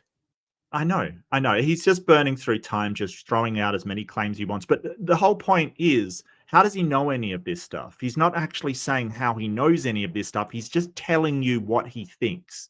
And none of it makes sense, of course. But what he isn't going into is how he knows this to be the case, because he's just saying it is so. Like he's not actually backing it up with anything. He's just making baseless claim. And that is gish galloping. Dapper now has to try and address this massive mountain of claims that he's made, which I'm sure he'll do pretty well. But yeah, it's getting ridiculous at this point. Mm-hmm. Okay. Whereas as we go towards the equator, we notice natural skin colours get darker and darker. But as we go further outwards from the equator, you'd expect the reverse to happen if we're living on a globe where seasons are balanced because of tilt. Instead, what we find is the natural skin tones tend to get even darker still, all the way down to places as far south as Tasmania, where Australian Aboriginals were some of the darkest skin colours you can imagine, simply because it's a survival trait to be able to resist the radiation of the sun with more protection naturally developed through thousands of generations that we've inherited. So wait, he believes in evolution? Yeah, presumably, or at least maybe not macro evolution, right? He believes that skin colors change depending on your environment, but not like, I have no idea. It's weird. Hey, it's just refreshing to see a young Earth creationist that doesn't believe in the curse of Ham, quite frankly, for the skin colors, But I think he is a bit of a racist as well. He said some racist stuff over the time, as far as I can remember. So, I'm sort of worried that this is going to turn into this is why we're superior kind of thing. So, it's a bit of a worry. Yeah, but all of this is just a massive, massive gish gallop. And the reason why, it doesn't necessarily mean that, hey, everybody in this area is definitely going to have a certain amount of skin color. That's not how it works. It is because Australia gets so much sun that it does. It's really got nothing to do with if the Earth is a globe, we would expect Australia to get no sun. No, that's not how it works, sir. No. Yeah, it's a very strange argument. Like he's weirdly almost half right in some weirdly specific ways, but not for the reasons he thinks. And that's so strange to me. Nothing of the globe model is reflected in the way we actually see reality. Go ahead. Well, of course, I'm not really going to contest the idea that perhaps what is actually happening is that the firmament is lower than the sun and that we're seeing some kind of apparition of it.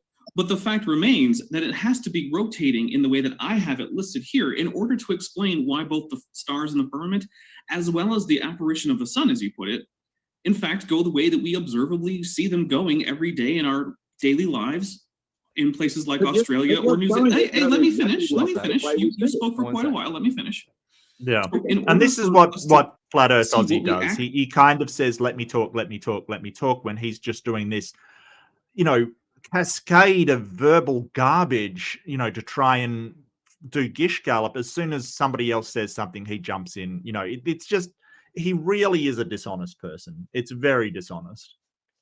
Do you think that's where Andrew Wilson and Jim Bob learned the technique, is watching the Flurfers and being like, if you just never let your opponents talk, it looks like you're smarter.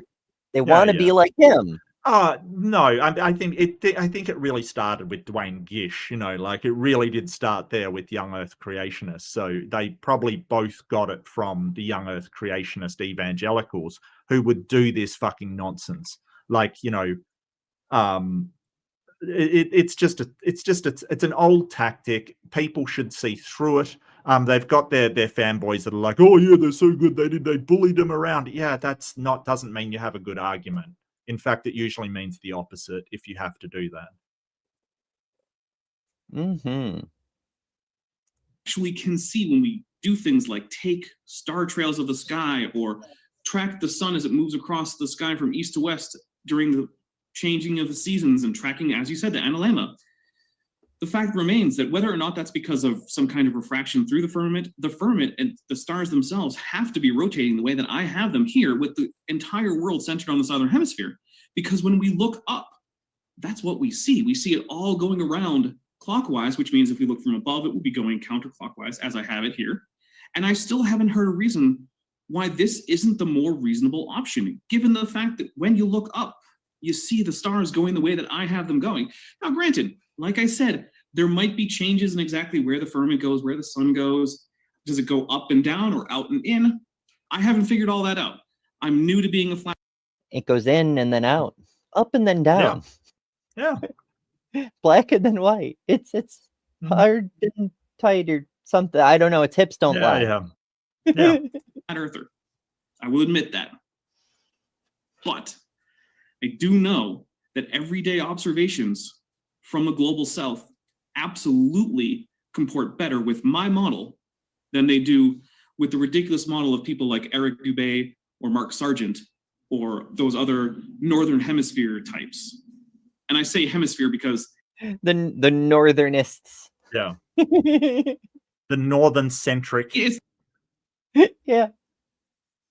The Northitarianists, or I don't know. I'm trying to make it like evolutionist, but it's just not working. Those lying northern centrists. Mm-hmm. Northern supremacists. No, I think that was something different. That was a civil war. That was something different. Details, yeah. The common parlance. I know it's really the outer. You know, this argument should work on Flatzoid too, because last time I checked, he was in South Africa. Yes, absolutely. He Yeah, should see that too. Yes. Yeah. Although I understand he's changed his name again. He's currently Creolty Jesus Saves. What? You know, creation reality, Creolty. Whatever. Edge of the flat earth. But, you know, it's easier, I think, for me to say hemisphere because it's the common use of that word for, you know, north or south of the equator. So I really want to know that. And, you know, whatever causes dark skin color, that doesn't really help me know why my mom. I just love that he's so blatantly trolling him. And James, I don't. James seems to not get it, but he's also not stopping it. I don't think he cares. You know, he really doesn't care.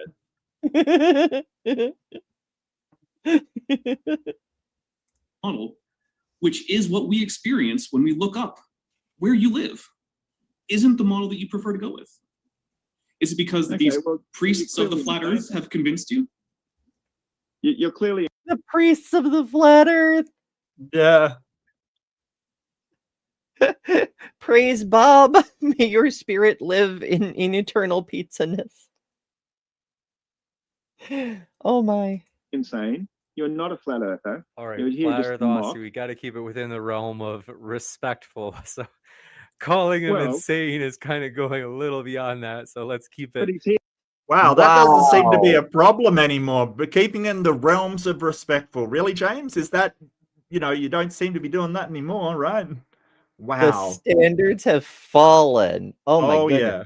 You know what would be fun? It'd take way too much effort to ever do it, but it would be so fun to take past James clips during his brief intercessions and compare them to present James clips and basically have past James debate present James about how to moderate. Insane amounts of work. Thousands of hours of debates to go through just to get a few minutes of clips, but it would be hilarious. Yeah, I could not be bothered going through modern day debates for that amount of time. I mean, come on. To mock the flat earth and declare himself a flat earther while telling outright lies and showing ridiculous models, showing the things going the opposite direction for how we actually see them and claiming that that's the way we see them. No, it's not though. And I want to know why. I thought the guy was going to be here to defend the globe, and here he is trying to impersonate a flat earther, saying that he's converted, but he's found a better model which better explains reality, which looks nothing at all like how we actually see it. You know, this is it's a waste of my time to come here to even talk. But the point of flat Earth is it's you're saying reality is whatever you happen to see, and this Yes. is what you see. You see, yeah. This is what people in the southern hemisphere see. They see these things going they see it going clockwise. That's what I see. So if I'm looking at the sun and I'm seeing it going over this way, it's going clockwise. Now it looks the opposite to you because it's mirrored from the other side. So, you know, it's absolutely ridiculous that he's going, oh no, we don't see that. Look, if I was Dapper, I would have just pulled up a video, and there's tons of them on YouTube, tons of them showing a circumpolar star rotation in the southern hemisphere, all going clockwise, all of them. Okay, and then challenge him. We'll pull one up with it going in the opposite direction from the southern hemisphere. Go for it. It doesn't happen because that's not how we see things. And he's just basically, you know, denying reality. It's so wild. It makes me think back to 2020. I was hunting Comet Neowise over the summer, and several nights I would be out stupid late. Sometimes I'd stay up with the fireflies and all sorts of things. And because it was the summer, and I'm around the 45-degree mark, I think my latitude is actually 43 degrees, but whatever. You never quite lose the sunset colors. I'm not quite far enough north for like midnight sun kind of shit, but you never quite lose the sunset colors on the horizon. And so you could watch where the sun was sneak back around the north, around to the east in time for dawn. And so it was like watching the sun like just sneakily go back around for a reset. It tickled me. And I'm like, oh, I wonder what the ancients would have made of that. This fellow, if he's going to impersonate whatever he's trying to do here, present a ridiculous model. It looks nothing at all like what we actually see.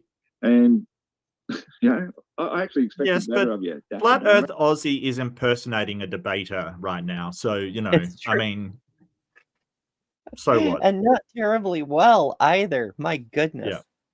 Well, I mean, I ordinarily I'd say, hey, you know, it's kind of bad faith to go in there as Dapper, you know, and impersonate another position. But he's doing it for a point, and B, you know, the flat Earth community is the worst faith debaters. Some of them are the worst faith out there.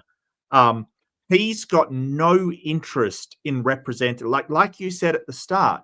He's trying to rip apart the globe. He's not presenting anything for the flat Earth. Right? Like he's not doing that. His entire strategy is not to show that the flat Earth is true. He's basically trying to discredit a globe Earth model, right? Like that's what he's trying to do. So he's upset that his tactic of never having to defend his own model is being taken away from him and used by the other side, because Dapper doesn't have to defend this model either. Right? Yeah. He just says, hey, that's what we observe. Now disprove it. What are you gonna do? Right. How do we distinguish between these two equally unlikely models? Yeah.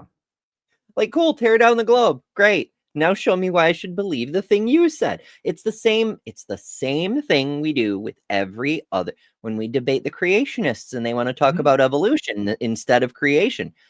Yep. Just do this is basic skepticism. Just be like, if I grant you everything you're claiming about my thing, cool. Now we're both at square one. Show me why I should believe the thing you're claiming now. They can't do it. It's so fun. I thought you might have presented something to defend your heliocentric belief, which is what we're out to debunk with this whole debate in the first place.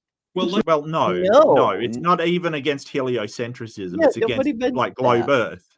Like he doesn't even understand what the debate is about. Like to basically say that you're not debating the subject, you're getting the wrong subject, sir.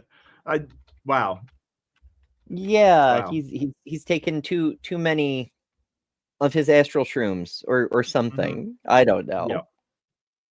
Like I said, I with did the start off default with an position. apology, and I will reiterate that apology. I know that I did not come here with what anyone was expecting to see, and I do apologize for that, because it is a little bit, it's a little bit unkind of me to allow James to market this as a flat versus globe debate while I come here and debate the better flat earth model, at least the better flat earth model for you, because this is the one that matches the reality that you see out there. And all I hear is you saying, well, you got the details of exactly how the sun moves, whether it's up and down versus in and out, or where the firmament is above or below the sun wrong. That's fair enough, I may have. But I still haven't heard a reason, other than, of course, you calling me insane or this model ridiculous, which maybe it is. But again, I haven't heard a reason why it better predicts what we see in places like Australia and New Zealand and Indonesia and South Africa and the southern parts of Brazil and Chile and other places like that. Yep. When the gauchos of the Well, Pampas maybe you look could up, stick the thing- Oh, he just cannot hold his damn tongue. No, and Goodness. that's a problem. He's got some issues with sort of self-control, and you'll probably notice that he started drinking as well, which is a common theme among these. And I will make a prediction, because I've never seen this before. I'll make a prediction. He will get nastier the more he drinks and it goes on. That's my prediction. It's a strong possibility.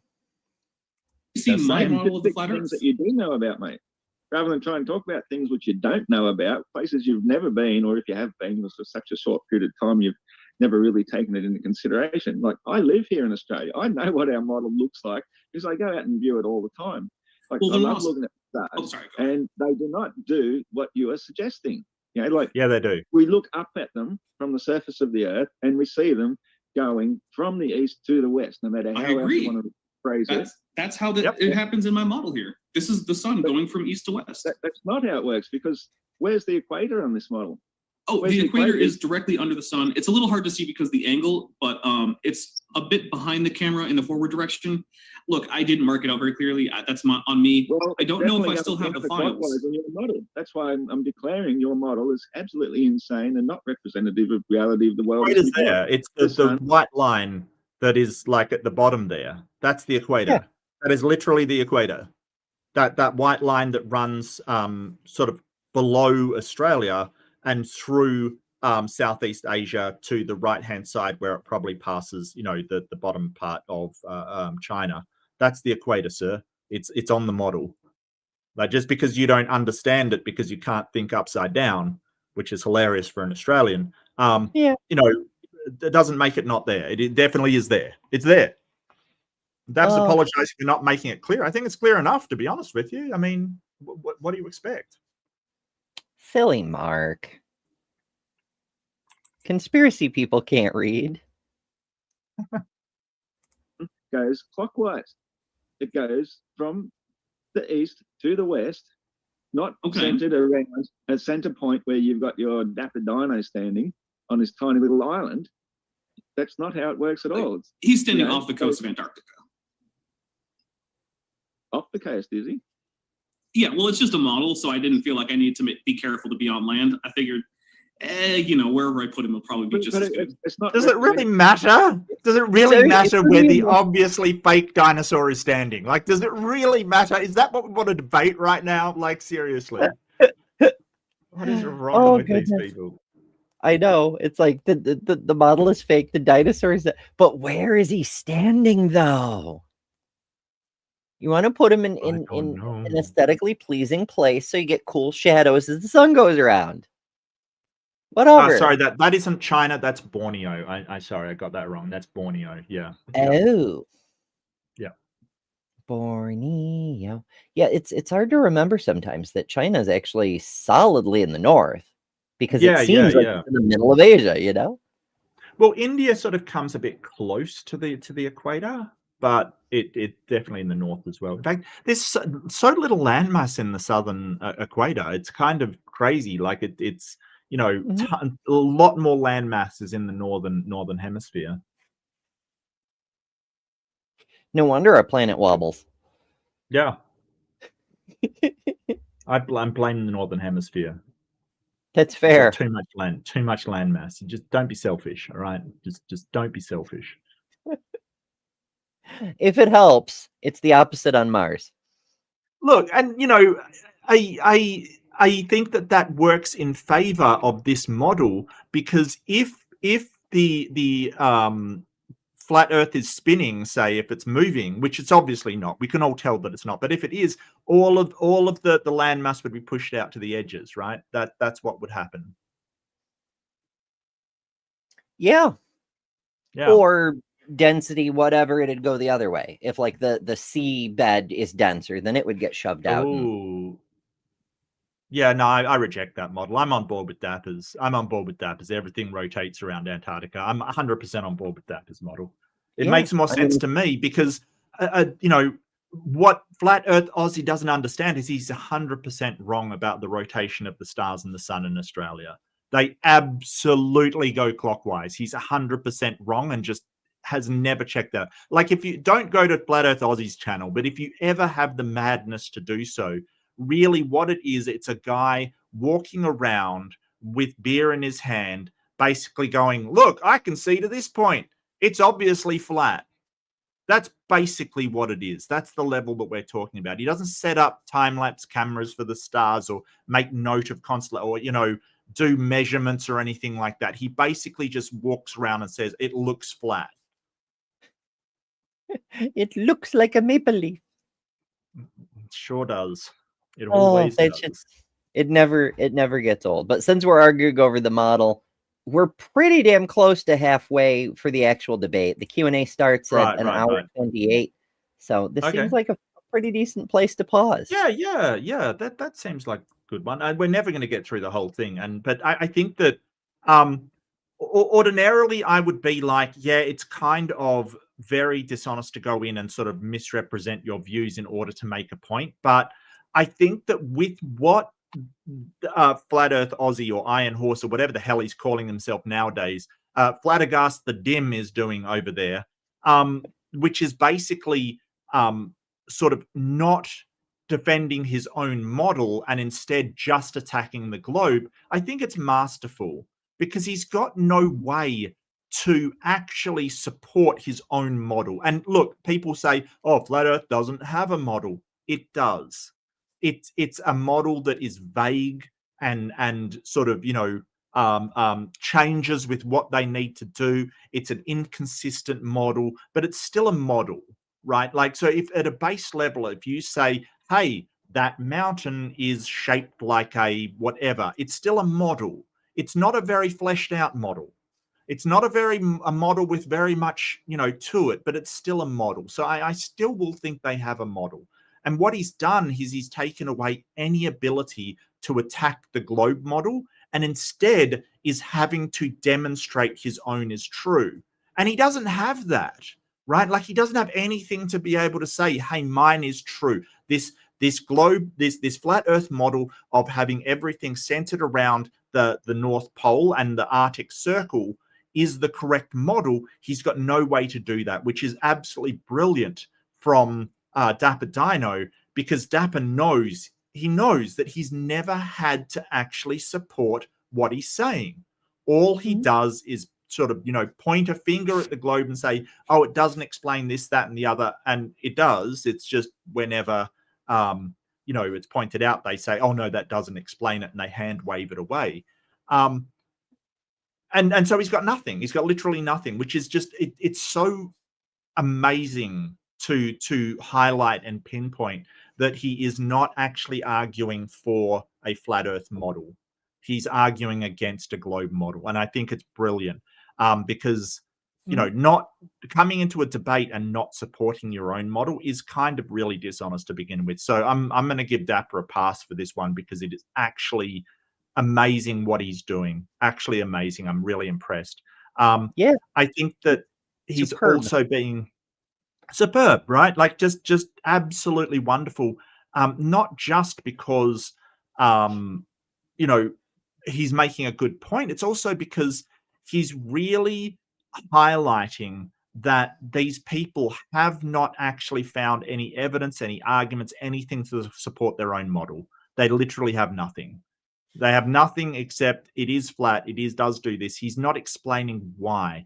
Now, it's also hilarious that he's showing Flat Earth Aussies complete ignorance about his own country and how these celestial bodies move in his own country, that Flat Earth Aussie has not actually had a good look around him. He has not paid attention to the celestial rotation of the stars in his own damn country. You know, he really just looks and goes, well, the Bible says it's flat. It looks flat, therefore it's flat. And that's the most he's done. So he is not actually doing anything. Like, he's wrong. He's 100. Even other flat earthers will go, yes, it appears to rotate the opposite direction in the southern hemisphere, but here's how it works. Pull out some ridiculous model based on Walter Bisland's work on why, you know, polar rotation can't work, or else you have to bend light 270 degrees in order to make it work, and that's ridiculous. So they'll bust out something, right? He doesn't. He's just ignorant of how stars and the sun moves in his own damn country, which is wild. You know, and you talk to other countries like people from Chile, people from Peru, people from South Africa. They, you know, even Flatzoid, as dishonest as he is, he will still say, yes, they go clockwise in my country. Because they fucking do. Like, it's wild. It's absolutely wild. Sorry, that was an absolute pleasure, because he is absolutely getting frustrated that he can't attack the globe model, rather than going, great, I win the debate, you agree with me, now let's have a discussion over which of our models is correct. Here's the evidence I have for mine, right? Like, I've never seen somebody so angry that the opposition has come in and basically conceded the debate to them. I've never seen that. Yeah, it's so fascinating on so many levels. Like, and to another credit to Dapper is, not only does he have an equally silly model, except flipped, but he still brought positive evidence. He was like, look, the thing goes in the right direction. Well, the thing that hasn't occurred, and it probably, like, so he's probably frustrated, because if he was thinking correctly and with sort of a you know, critical thinking, right? Because Dapper isn't saying that these are the way the stars go for everybody. He's saying they're the way they go for you, and for you in particular. He'd just say, yeah, but my model explains it way better for what you see. Right? Because Dapper's in the northern hemisphere. It goes counterclockwise for him. It goes the opposite way. But the problem there is he knows he can't do that. Why? Because that's what the globe model predicts, right? Like, that's what it predicts. So he's like, well, I can't go there. I can't say, hey, it's like this for you and like this for me, and that's what we predict, because it doesn't predict that. So it's just wild that Dapper's cornered him on being unable to attack his northern hemisphere position, because then he's completely invalidating both of them. Yep. No real way to distinguish. Yep. It's such a good show. Oh, mate, it is such a good maneuver, because the only out he's got is to say it goes in different directions. But he's trying to say, hey, it's because of where you stand, kind of thing. Dapper's right. If there was a criticism, and you know I get nitpicky over this, so, you know, I think he's doing a magnificent job. It's just, I would probably have more things to show, like, you know, actual time-lapse footage from the southern hemisphere to show that, you know, that is how it goes, right? Like, that is what you see. This is what you see in Chile. So have one from Australia, you know, Peru or Chile or South America somewhere, and one from South Africa, right? Like, all three will show the same thing. So that shows it must be going in this direction, which means that it is around the Antarctica that it's rotating. You know, that proves it, because they're all going in the same direction. Directions matter. Yeah. No, wonderful. You know, Yeah. I've always been, I always thought Dapper was pretty damn awesome. And, you know, I don't know. I think it's maybe his schedule. I don't see as much of him as I would like to, I must say. But, you know, that's just the time zones and things like that, which also, and I love that he brought up like, oh, but if you catch a plane to, you know, Chile, they go through America. And it's like, not a direct flight. There are direct flights to Santiago. I know, because I've used them in my debates before. Like, I've actually brought them up and said, why do they curve towards Antarctica? Why do they go so far south? It's because if you look at it on a ball, that is a direct line from Sydney to Santiago on a ball.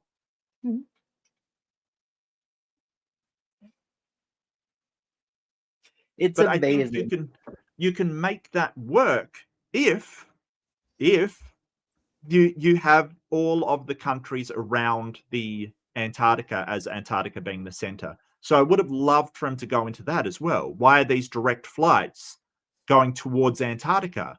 Well, it's because Antarctica's in the center. It's quicker that way. Yeah.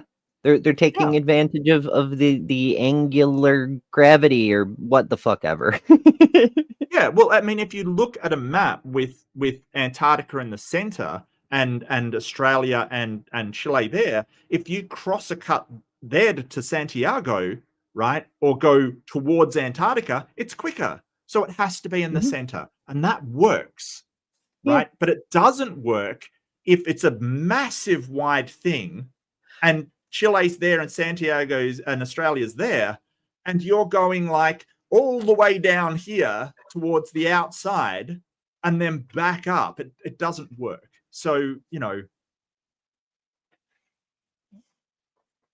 yeah. All right. But that was amazing. I really did enjoy doing this. I really did enjoy that.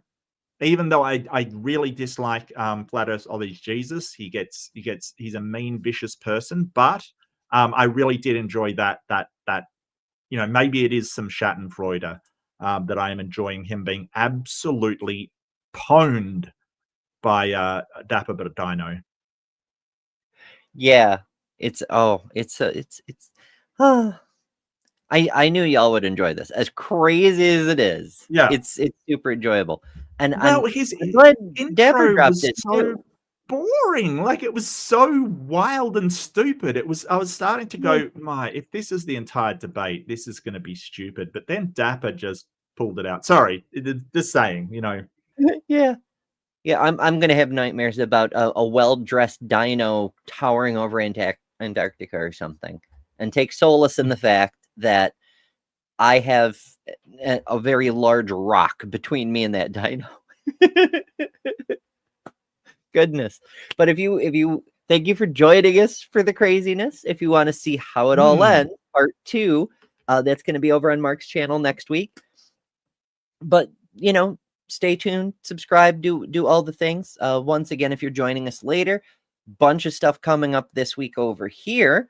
We've got the morning shows. We're doing Atheist Advent every weekday at 11 a.m. Eastern, all the way up till Christmas, when we join Purple's 48-hour mega stream thing. Yes. Whole bunch of stuff with that. Jay and I just did an adult Bible study, and I mean adult Bible study. We got a little spicy in a different way. That was just yesterday. We're going to be doing it again, possibly in a week, possibly in 2 weeks. Who knows? Stay tuned. And of course, random shows. Who the fuck knows when I have time, and I don't know when I'll have time. So make sure you ring the notification bell. Mark, you also do a whole bunch of stuff over at your place.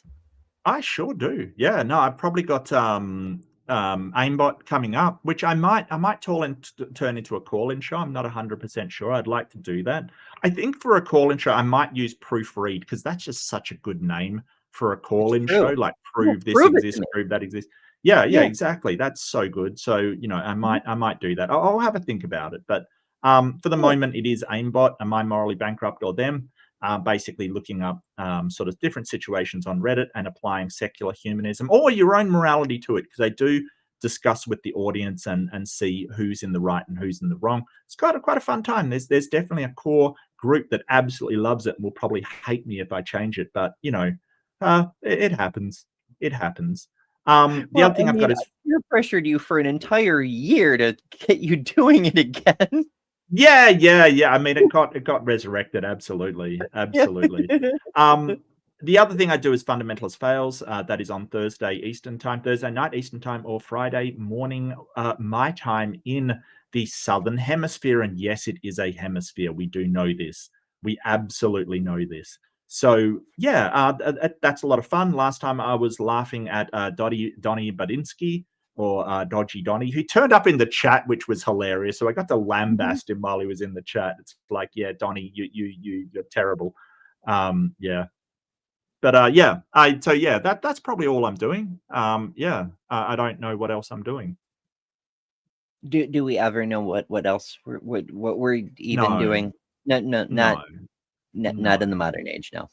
It's not a It's all thing. confusion. It's fine. It's all confusion and madness. Like, seriously. And flatness. Oh, apparently so. Yes. Yeah. I've never seen somebody so angry that the opposition just conceded the entire debate, like straight off the bat. I've never seen somebody so upset, that somebody just conceded the entire debate. I could see me doing that. I'd be like, but I wanted to fight about it. Like, that's why I'm here. I have like slides and things. Let's fight though. Yeah.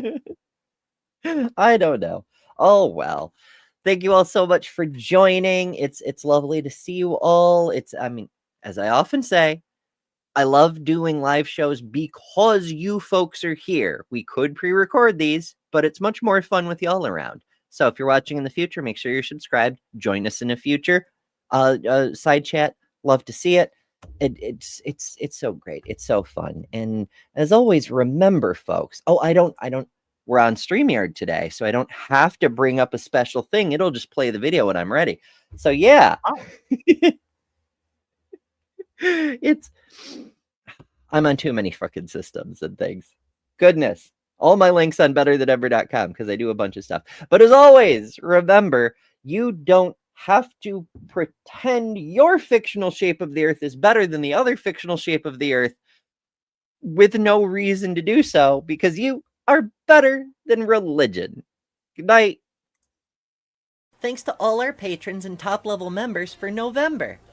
Miranda, Karen Butcher, Jessica the Trans Metal Alchemist, Robin Webster, Maya Adkisson, Jimmy Tux, Ian Chen, Lilith, Ember Lynn, The Barely Bearable Atheist, Eric Wander, Jason Jacoby, Godless Engineer, Jester, Lil of All Trades, Deviant Outcast, Kelly King, the Detroit Atheist Queen, The Mighty Filbert, and Secular Phalanist.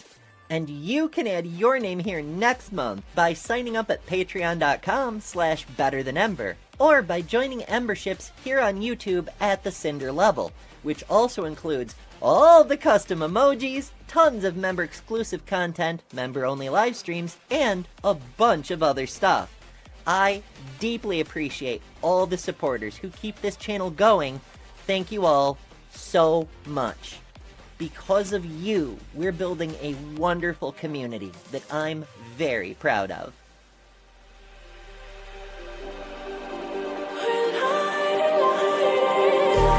Just like a spark that's breaking out, can't make a stop, can't turn back now.